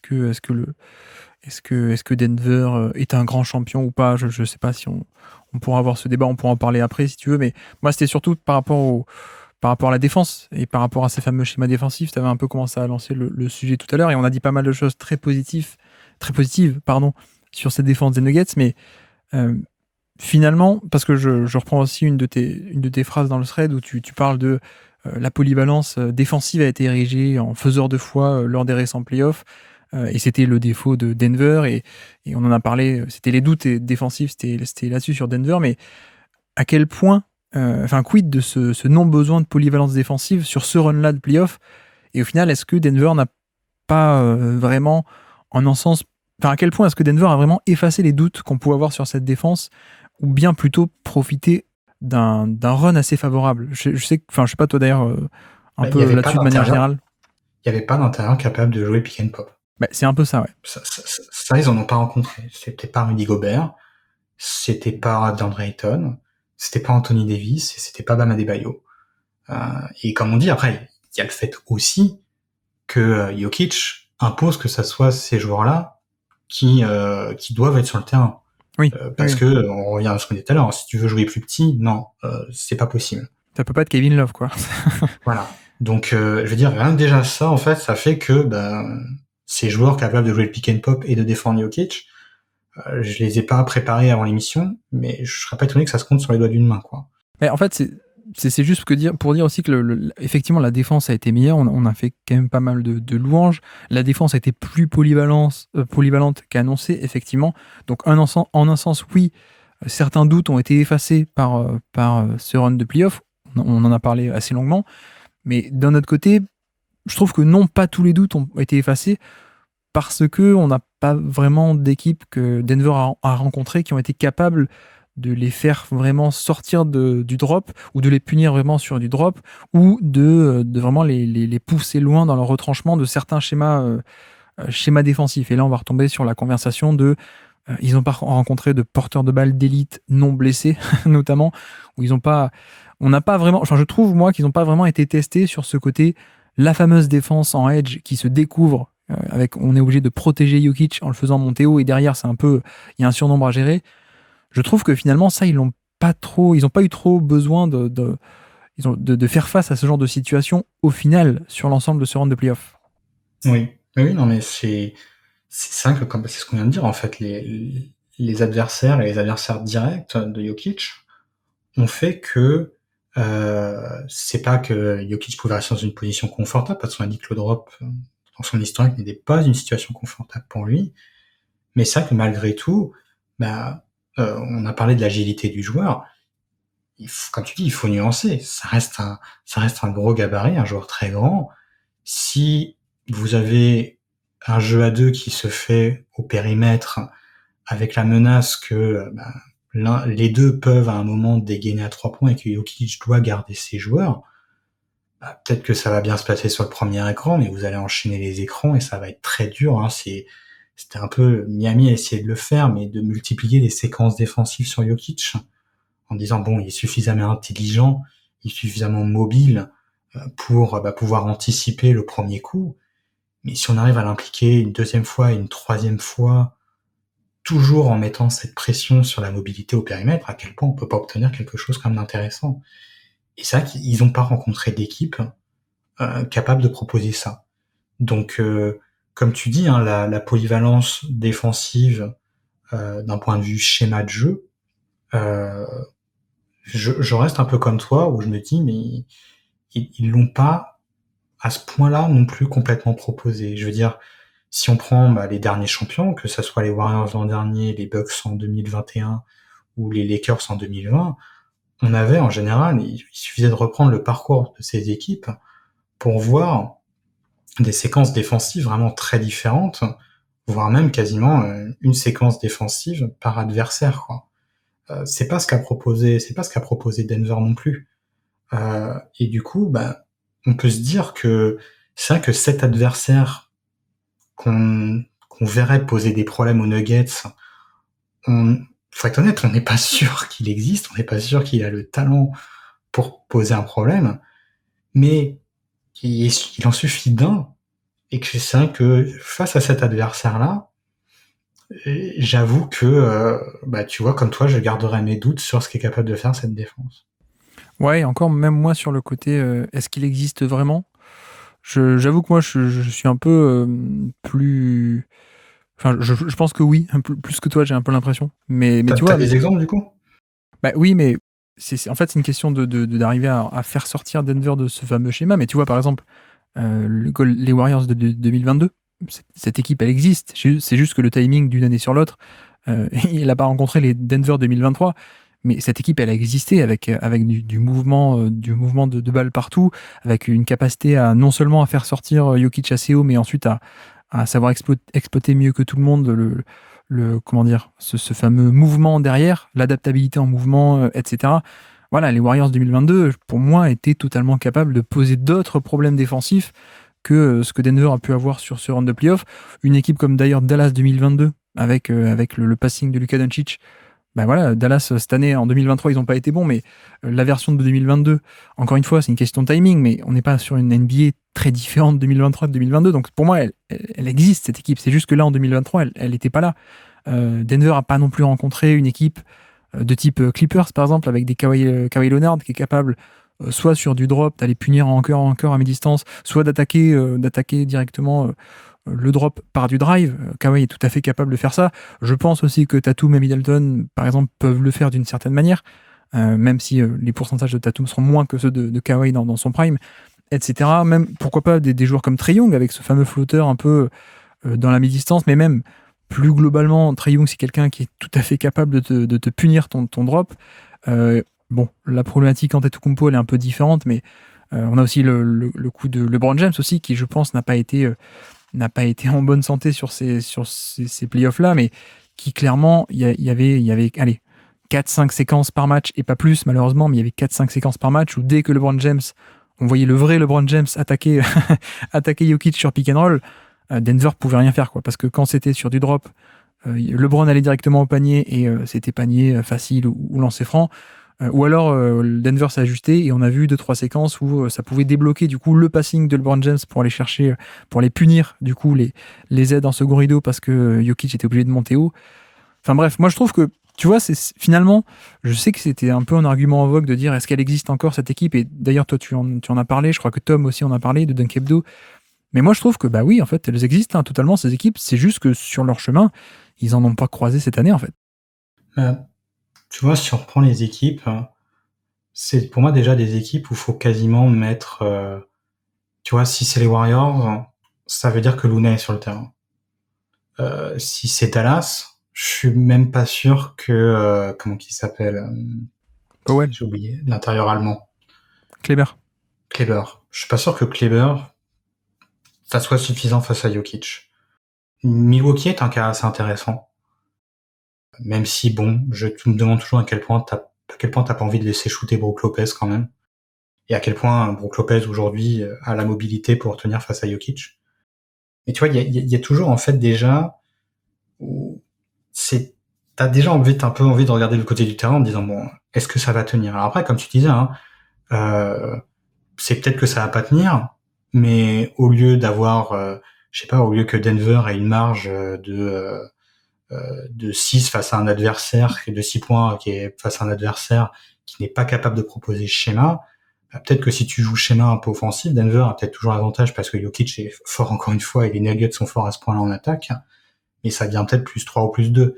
Et plus 3 plus 2, bah, t'es pas à l'abri d'un mauvais scénario, te casse là-dessus, quoi. Mais il y a déjà, en fait, pour moi, où souvent, on va dire, il y a ce problème de, bah, il faut un peu ce poste 5 en face de Jokic, qui font que, bon, du coup, est-ce que dans plein de cas, ça casse pas un petit peu le five out que t'imagines? Et après, tu peux te dire, bah, tiens, par exemple, on peut prendre le cas de LeBron James face aux Lakers, avec avec, on va dire, ces quelques flashs. Après, pour moi, ça restait quand même des séquences ça restait quand même pour moi des séquences sur drop. Et au-delà de l'âge de LeBron James, je me pose la question de si t'as pas la capacité, on va dire, à punir comme tu voudrais sur le pull-up à 3 points, à quel point, on va dire, les aides ne vont pas arriver et font que ça va marcher, hein. Est-ce que ça va marcher aussi bien que l'attaque des Nuggets de votre terrain? Je sais pas, en fait. Et c'est là où, pour moi, le joueur que j'aurais aimé voir, c'est Curry, parce que, Ouais, comme il l'a montré l'an dernier face aux Nuggets, c'est ça, ouais. une position de drop peut être complètement intenable. Mais bon, après, tu vois, si on reprend les Warriors de l'an dernier, c'est une position de drop peut être complètement intenable. Mais en fait, si t'as Looney sur le terrain, et que tu dois aussi avoir Draymond Green, bah, à quel point, en fait, si tu fais venir le edge, l'efficacité offensive des Warriors, avec, on va dire, donc cet avantage de Curry qui oblige les Nuggets à jouer le edge, euh, si t'as Green et Looney sur le terrain, à quel point tu vas être aussi fort que l'attaque des Nuggets de l'autre côté du terrain. Et c'est pas pour dire en fait que Denver va écraser ses équipes, c'est juste pour dire que tu vois, il y aura un duel Warriors 2022 Nuggets 2023. Je suis pas sûr que je parierais sur les Warriors parce qu'ils sont capables de mettre à mal cette défense. Ah non, non, non, mais c'est pas pour dire, c'est pas pour aller jusque-là non plus, évidemment, mais c'est effectivement, on n'a jamais eu. Enfin, je trouve que sur ce run de playoff, on n'a pas eu l'équipe avec le bon profil pour embêter d'une manière ou d'une autre complètement les schémas de Denver, quoi, finalement. Parce que, bon, tu parles de Looney, mais on a aussi eu certaines séquences l'an passé où il y avait du Draymond Green, hein, sur Jokic. Après, c'est vrai qu'on n'a pas le même matos offensif, donc c'est un peu toujours ce même problème des deux côtés du terrain. Côté Denver l'an dernier, je veux dire. Mais mon propos, c'est aussi de dire que finalement, il y a eu un peu de réussite, mine de rien, au niveau match-up cette année. Et que des équipes qui existent et qui pourraient un peu plus, je parle pas d'écraser Denver, mais des équipes qui pourraient un peu plus sortir Denver de sa zone de confort, je pense que ça peut exister de manière plus réaliste que parfois ce que j'ai pu lire ou entendre, quoi. On est d'accord. C'est vrai que le parcours des Nuggets, ce qui est frappant, c'est que sur ces playoffs, il est particulièrement tranquille. Oui. Quand je dis tranquille, je parle pas forcément des adversaires. Je parle ils ont jamais véritablement, en tout cas, moi, je les ai jamais vraiment sentis inquiétés, quoi. Euh, je sais pas quelle est leur réussite sur le clutch dans l'ensemble des playoffs. Il y a toujours peut-être cet angle-là à vérifier derrière. Mais j'ai l'impression, tout du moins, que en termes de dynamique, ils semblaient toujours être en contrôle, quoi. Et c'est vrai qu'ils finissent les playoffs, je crois qu'une marge de victoire qui est de +8, qui est parmi, on va dire, les équipes championnes, vraiment un score, une marge très élevée, quoi.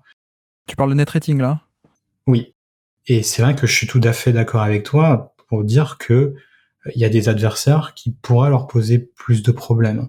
Et qu'en fait, pour moi, les Nuggets ne sont pas un mastodonte imbattable. Comme tu dis, parce que moi aussi, je garde toujours mes doutes en termes de diversité défensive, que ça soit en termes de schéma de jeu, mais en termes de ce que les défenseurs, Jokic, je peux pas le faire switcher sur n'importe qui non plus. Donc là-dessus, il y a des éléments faibles et qui n'ont pas été assez pointés par manque de capacité lors de ces playoffs. Et ça n'empêche pas, je pense, de dire que les Nuggets sont du moins, c'est pas en fait parce qu'ils ont ce désavantage-là qu'ils sont une équipe qui est dépendante d'un parcours facile pour aller au bout, parce que même avec un parcours moins facile, avec ce qu'ils ont montré sur ces playoffs, ça veut dire pour moi qu'ils sont aussi quand même capables d'aller au bout. Ah oui, oui. C'est pas les Raptors de 2019, quoi. On va en parler peut-être. Mais non, mais effectivement, il y a un peu ce truc sur lequel j'ai quand même un peu envie d'insister. Parce qu'en plus, je pense que on se rend pas forcément compte, mais à quel point ça peut absolument tout changer. C'est le jeu des dominos, oui. C'est ça, ouais. Face à un match-up qui est soit bon, soit mauvais, ça change absolument tout parce que ça a vraiment une répercussion sur vraiment toutes les possessions, quoi. Alors, tu vois, si on reprend l'exemple par exemple de Luka Doncic, si tu mets Luka Doncic bien entouré avec une bonne équipe, on va dire relativement compétente contre Denver, peut-être t'as pas envie de drop avec Jokic contre Doncic parce que ça libère, ça débloque le drive et donc t'as un peu envie d'empêcher ça. Du coup, tu fais monter Jokic et ça libère des opportunités de passing aussi pour Luka Doncic. Enfin voilà, ça change et ça c'est vraiment chaque possession, quoi. Ça peut vraiment tout changer à une échelle très globale. C'est pas juste une possession par-ci par-là, quoi. Il n'y a même pas besoin, on va dire, de chercher dans l'hypothétique, mais imaginons une équipe des Suns C'est ça, avec ouais. J'allais en parler, ouais.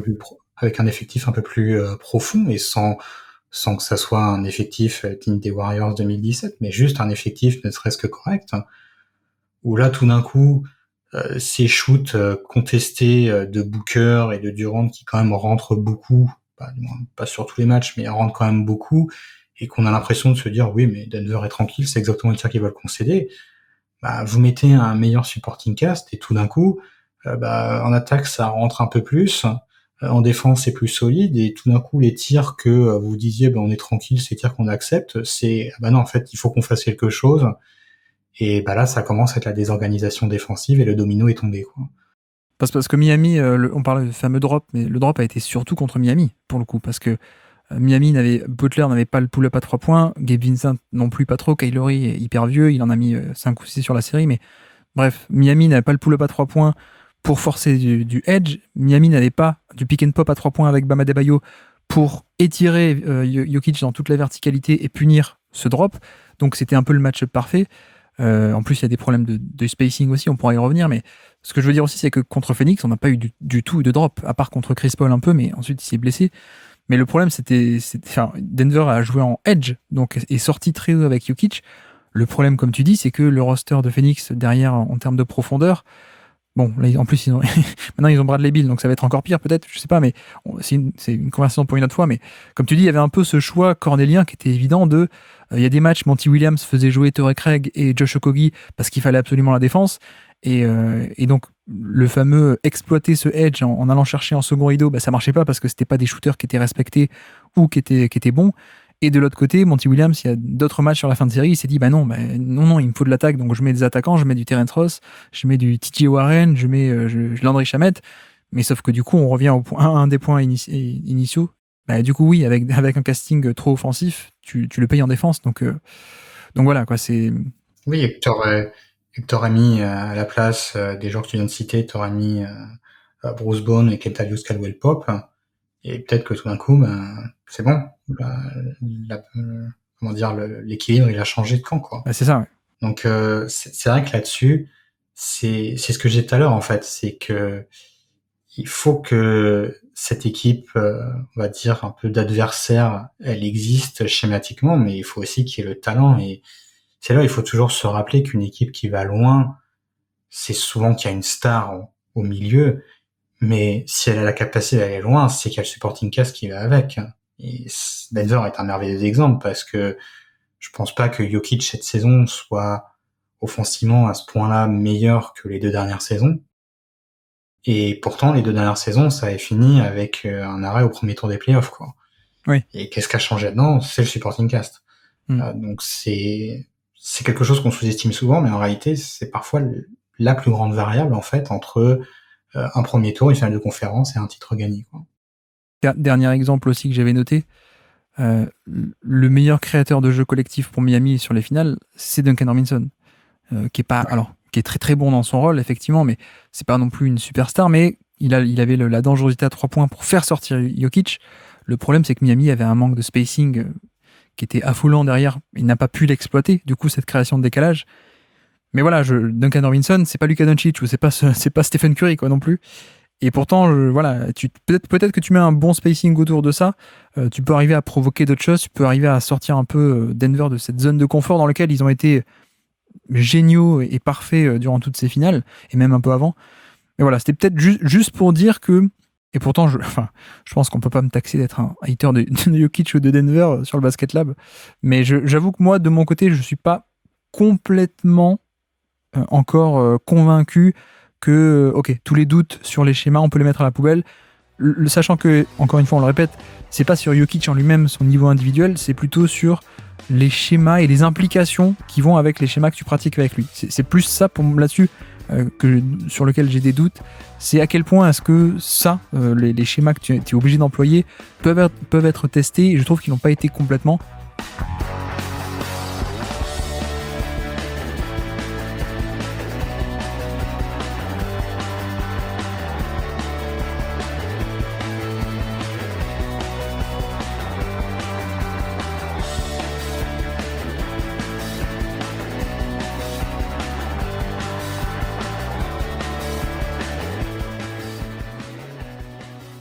Sauf si tu as d'autres choses à rajouter sur le côté tactique. Mais si on peut finir en ouvrant un peu plus, ça, je te lance la patate chaude du coup, complètement, complètement comme ça. Qu'est-ce qu'on en pense de ce titre de Denver dans l'histoire de la NBA, Antoine? Tu veux dire dans le sens, est-ce que c'est un gros titre, est-ce que c'est Parce que mon premier contre-argument à mes nuances sur la défense de Denver, c'était les fameux vases communicants. Mais ça, on a déjà bien parlé bah oui, mais si tu veux plus d'attaque, tu le payes en défense. Ça, on l'a bien développé. Mais du coup, sur le côté un peu, le run de playoff a été facile. Qu'est-ce qu'on en pense de tout ça? Je suis pas sûr que les Nuggets aient rencontré des adversaires bien plus forts que les Warriors l'ont rencontré l'année dernière, que les Bucks l'ont rencontré il y a 2 ans et que les Lakers l'ont rencontré il y a 3 ans. Je pense qu'on est toujours dans une époque où on a tendance à voir les choses avec le prisme des oppositions Warriors-Cavaliers Ouais. il y a 7-8 ans, avec quand même aussi d'autres grosses équipes qui étaient dans le coin, comme le Thunder sur la partie 2015-2016, Rockets. les Rockets dans ce qui a suivi après, et vraiment on va dire des grosses oppositions. Et c'est vrai qu'on parle beaucoup d'une certaine augmentation de la parité, et elle se voit, on va dire, dans la saison régulière. Elle se voit dans les marges qu'on peut avoir les meilleures équipes. Et pour le coup, c'est pas quelque chose qui est propre à cette saison. J'ai plutôt tendance à penser que c'est quelque chose qui était pour moi assez propre en fait à la décennie des années 2010, Ouais. avec vraiment un enchaînement de gros mastodontes, que ça soit sur la première partie avec le Heat de Miami et ses adversaires, puis après la partie des Warriors et ses adversaires, où c'était vraiment un peu ce que certains avaient surnommé les Star Wars, quoi. Depuis, c'est vrai que c'est un petit peu terminé. Alors c'est vrai qu'il y a ce côté un petit peu dommage où voilà, limite on aurait aimé en fait voir face aux Nuggets, un adversaire d'un meilleur calibre.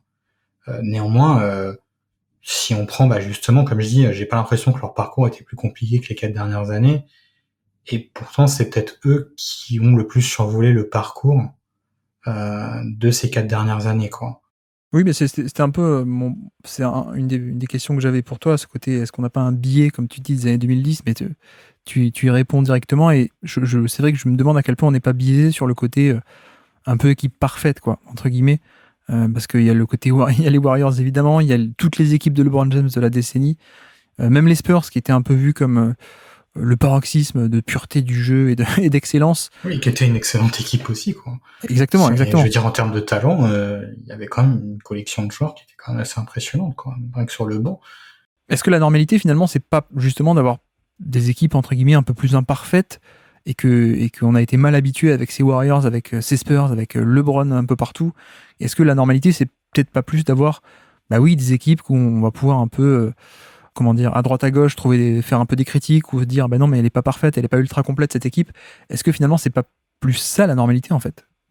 C'est la question, c'est est-ce qu'en fait, ce qui était des années 2010, on va dire, n'était pas simplement l'épiphénomène de 2 ou 3 équipes, c'est-à-dire en fait les équipes de LeBron James et les Warriors qui en plus vivent l'augmentation du cap et font venir Kevin Durant, mais qu'en fait, je sais pas, LeBron James serait resté dans la même franchise et du coup n'aurait pas été capable un peu de redémarrer l'horloge du talent et des contrats sur tous les 4 ans comme il pouvait faire. Est-ce que s'il était resté aux Cavaliers un peu démuni sur toute sa carrière au début des années 2010, est-ce qu'en fait on aurait vu les années 2010 de la même manière, quoi? Entre guillemets, est-ce qu'on n'est pas à 1, 2 ou 3 décisions près, ou alors est-ce qu'en fait les années 2010 c'était pas aussi un contexte au niveau du CBA et dans l'ensemble qui était assez favorable et qui l'est peut-être moins aujourd'hui. C'est assez compliqué. Je trouve que c'est assez compliqué de répondre à la question. Surtout que le CBA de 2017 n'était pas une révolution non plus par rapport à celui de 2011. C'était vraiment une vraie continuité. Donc moi, c'est vrai que je pencherais plutôt pour le côté un peu épiphénomène. On verra par la suite, mais c'est vrai qu'imaginons là, il suffit encore de reprendre l'exemple des Suns, qui certes récupèrent Bill après avoir déjà Booker et KD. Et en fait, cette équipe-là, ça dans les années 2010, il y aurait en plus le bon supporting cast qu'il y aurait autour, quoi. Ouais. Donc pour être honnête, je sais pas répondre.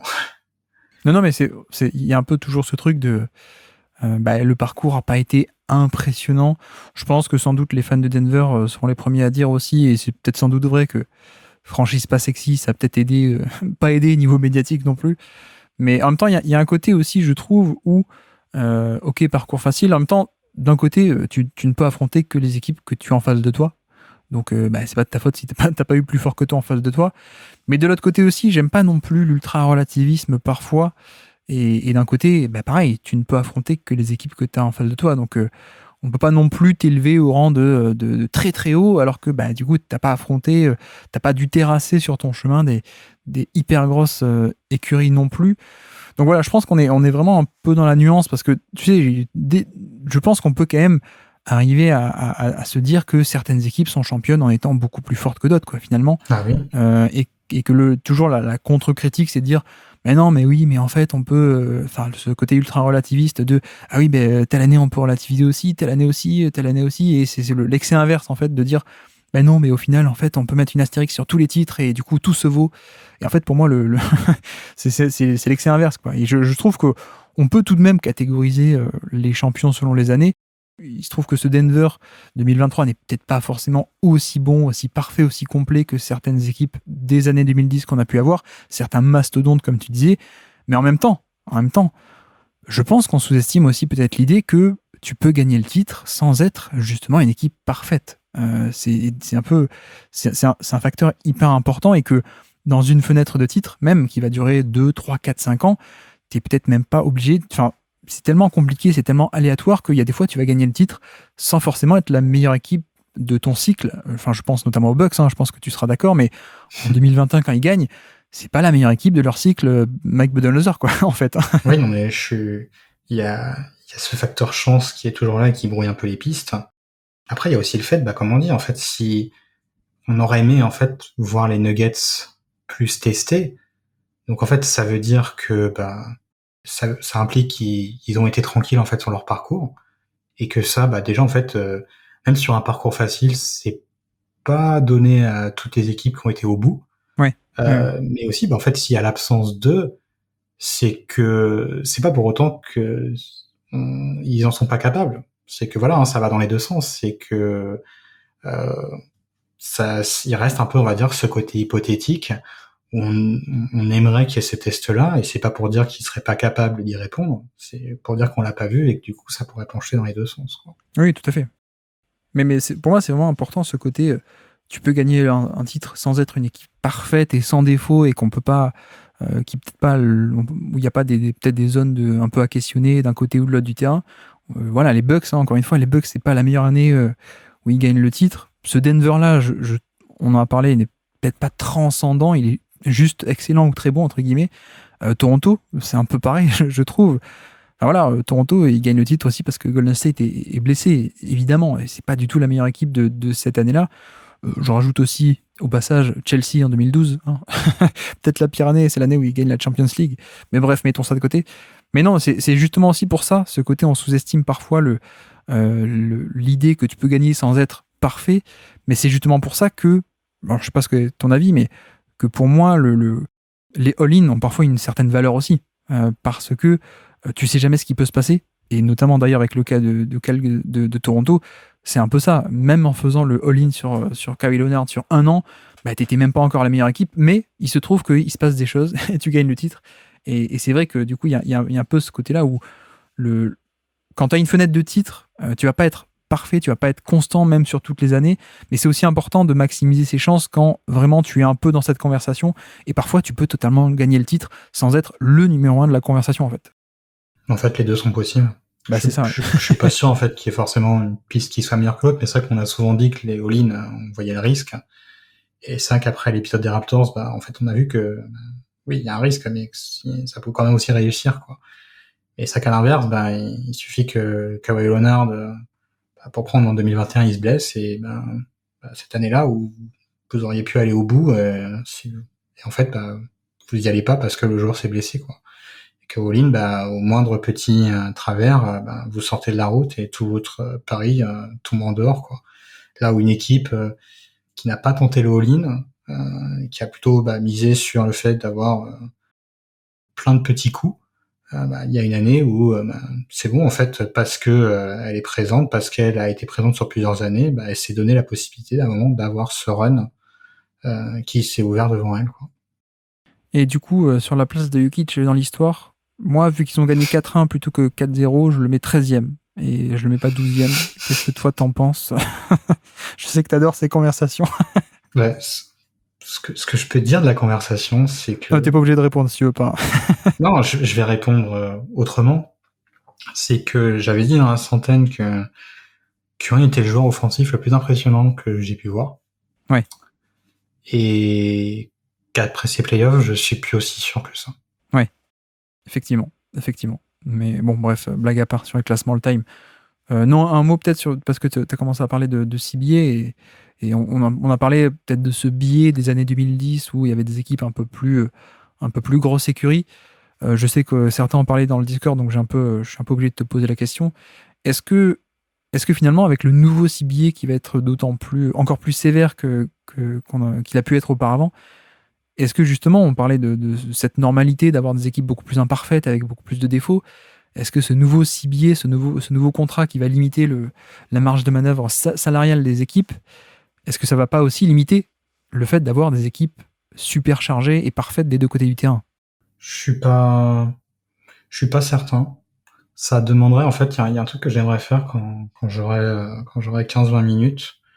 C'est justement de reprendre pas pour le coup, en fait, quasiment de prendre tout l'historique de la luxury tax et de regarder, en fait, à quel point on a eu des équipes qui étaient au niveau de ce fameux second top one. Ce second niveau qui serait de 17,5 millions au-dessus de la luxury tax. Parce qu'en réalité, je suis pas sûr qu'il y ait tant d'équipes que ça. je trouve ça très rigolo que, à peine la règle annoncée, les Suns se sont dit, ouais, bah en fait, quitte à pas être loin, autant aller la taper complètement, comme ça, on fera pas semblant, quoi. Je trouve ça très rigolo parce qu'ils mettent à peine une règle en place qu'une équipe qui dit, bon, vas-y, on, on va la jouer aux F, quoi. C'est toujours un peu rigolo quand cette grande décision de CBA, finalement, il y a directement un contre-exemple qui arrive. C'est une mesure dissuasive qui ne l'a pas été tant que ça pour le nouveau propriétaire, on peut dire. Bah, il y a encore le temps, ça a encore le temps de changer, on va dire là-dessus. Mais je suis pas sûr en fait que le nombre, que l'échantillon, je veux dire 17,5 millions dessus avec sur les taxes, on va dire depuis le CBA de 2011 où la luxury tax fonctionnait par palier, de manière un peu exponentielle, là où avant c'était juste $1 au-dessus, $1 à payer en plus. Et je crois que c'était les équipes de Paul Allen au niveau des Blazers qui ont pété des records de luxury tax parce que des records pour le coup en étant au-dessus en disant bon, bah, c'est bon, moi je peux payer, y a pas de souci. Mais je suis pas sûr en fait qu'il y ait eu beaucoup d'équipes qui ont été tant que ça au-dessus de ce seuil. Donc il y a une partie de moi en fait qui sait pas encore à quel point ça va faire peur aux équipes parce que bah c'est ce que je m'étais dit directement sur les Nuggets en disant attends, ils ont Jokic qui va pas être loin des 50 millions sur l'année prochaine, du moins entre les 45 et les 50 je crois. Ils ont Murray qui est au-dessus de 30, ils ont Michael Porter qui est au-dessus de 30, à quel point c'est viable pour continuer. Et je m'étais dit mais en fait c'est pas viable et le transfert de Michael Porter Jr. Va quasiment devoir être une obligation. Et en fait, je suis revenu faire les calculs en me disant, en fait, ils ont encore un peu ils ont de quoi, on va dire, pour moi, s'ils gardent leur joueur actuel et ne perdent pas de talent, ou qu'ils prennent les bonnes décisions s'ils font des transferts. Typiquement, là, il y a Bruce Brown, ça serait bien qu'il parte pas en étant complètement agent libre. De voir s'il part, de pas pouvoir l'échanger pour garder la valeur du joueur. Et s'ils font que ça, j'ai l'impression qu'ils peuvent rester sur ce second appoint en dessous et de rester parfaitement compétitifs, quoi. Parce que, encore une fois, 17,5 millions au-dessus de la luxury tax, c'est quand même un certain montant, quoi. Sachant qu'alors après, il y a en plus le fait que le salary cap continue d'augmenter régulièrement à travers les années. Bon, là où votre projection elle paraît hyper compliquée en disant mais regardez en 2026 ou 2027 les salaires seront à temps. Oui, mais si le salary cap augmente de 10% tous les ans, ça sera beaucoup plus tranquille que là où c'était autour des années 2008-2010 où le salary cap est resté constant pendant 4-5 ans. On sent que c'est pas la même donne, quoi. Donc là-dessus, j'ai pas encore d'avis définitif. J'ai le sentiment qu'on en fait peut-être un poil trop.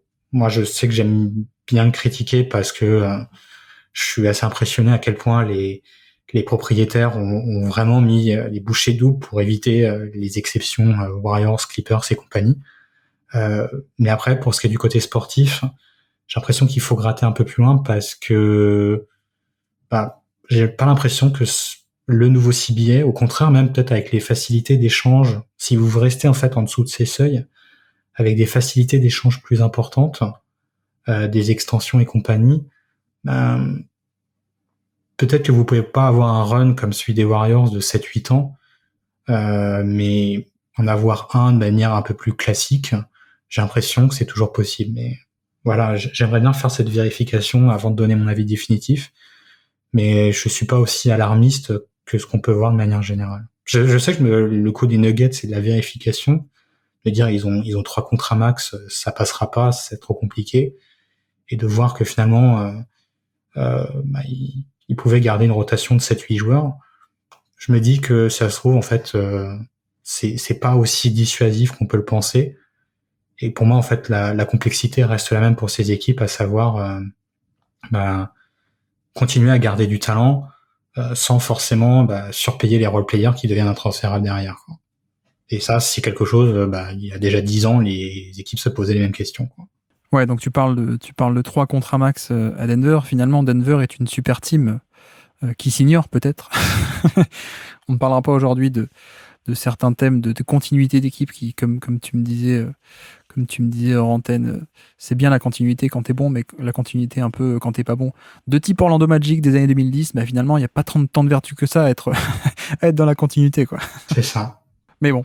Est-ce qu'on a d'autres petits points à aborder rapidement ou est-ce qu'on a à peu près fait le tour de un peu pêle-mêle comme ça de sujets, de thèmes à propos de ces finales NBA, de cette saison NBA du coup? Non, je crois que c'est tout pour moi. Je suis sûr qu'il y a plein d'autres pistes qui sont intéressantes, surtout que là, on s'est concentré sur les Nuggets. Mais il n'y a pas que les Nuggets qui ont joué dans ces playoffs. Et que ça qu'on va peut-être pas parler ici, et ça sera l'occasion d'en parler ailleurs, mais on disait que la diversité défensive était un peu le faiseur de roi. J'ai de plus en plus l'impression aussi que la diversité offensive devient vraiment aussi quelque chose de très important pour aller au bout et que là où avant, vous pouviez avoir vraiment un très bon plan offensif et à la rigueur juste un plan B, mais c'était surtout défensivement qu'il fallait proposer des choses différentes. J'ai l'impression qu'aujourd'hui, c'est un peu des deux côtés du terrain qu'il faut être capable, on va dire, d'avoir le plus d'atouts dans sa manche en termes de diversité de ce que vous pouvez apporter parce que des deux côtés du terrain, les adversaires seront de plus en plus capables de vous dérouter et de vous amener à proposer autre chose. Ouais. Donc LeBron James était un joueur stéréotypé et simpliste. C'est pour ça que ça marchait à l'époque, parce que c'est ça que tu nous dis, hein, on a bien compris. Exactement. C'est ça ce que je dis. Ouais. Rendez-vous sur le Patreon pour entendre la version uncut de 5 heures de ce podcast où Antoine développe ça. C'est faux, c'est pas vrai du tout. C'est pas vrai du tout.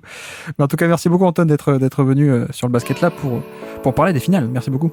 Merci pour l'invitation comme d'habitude.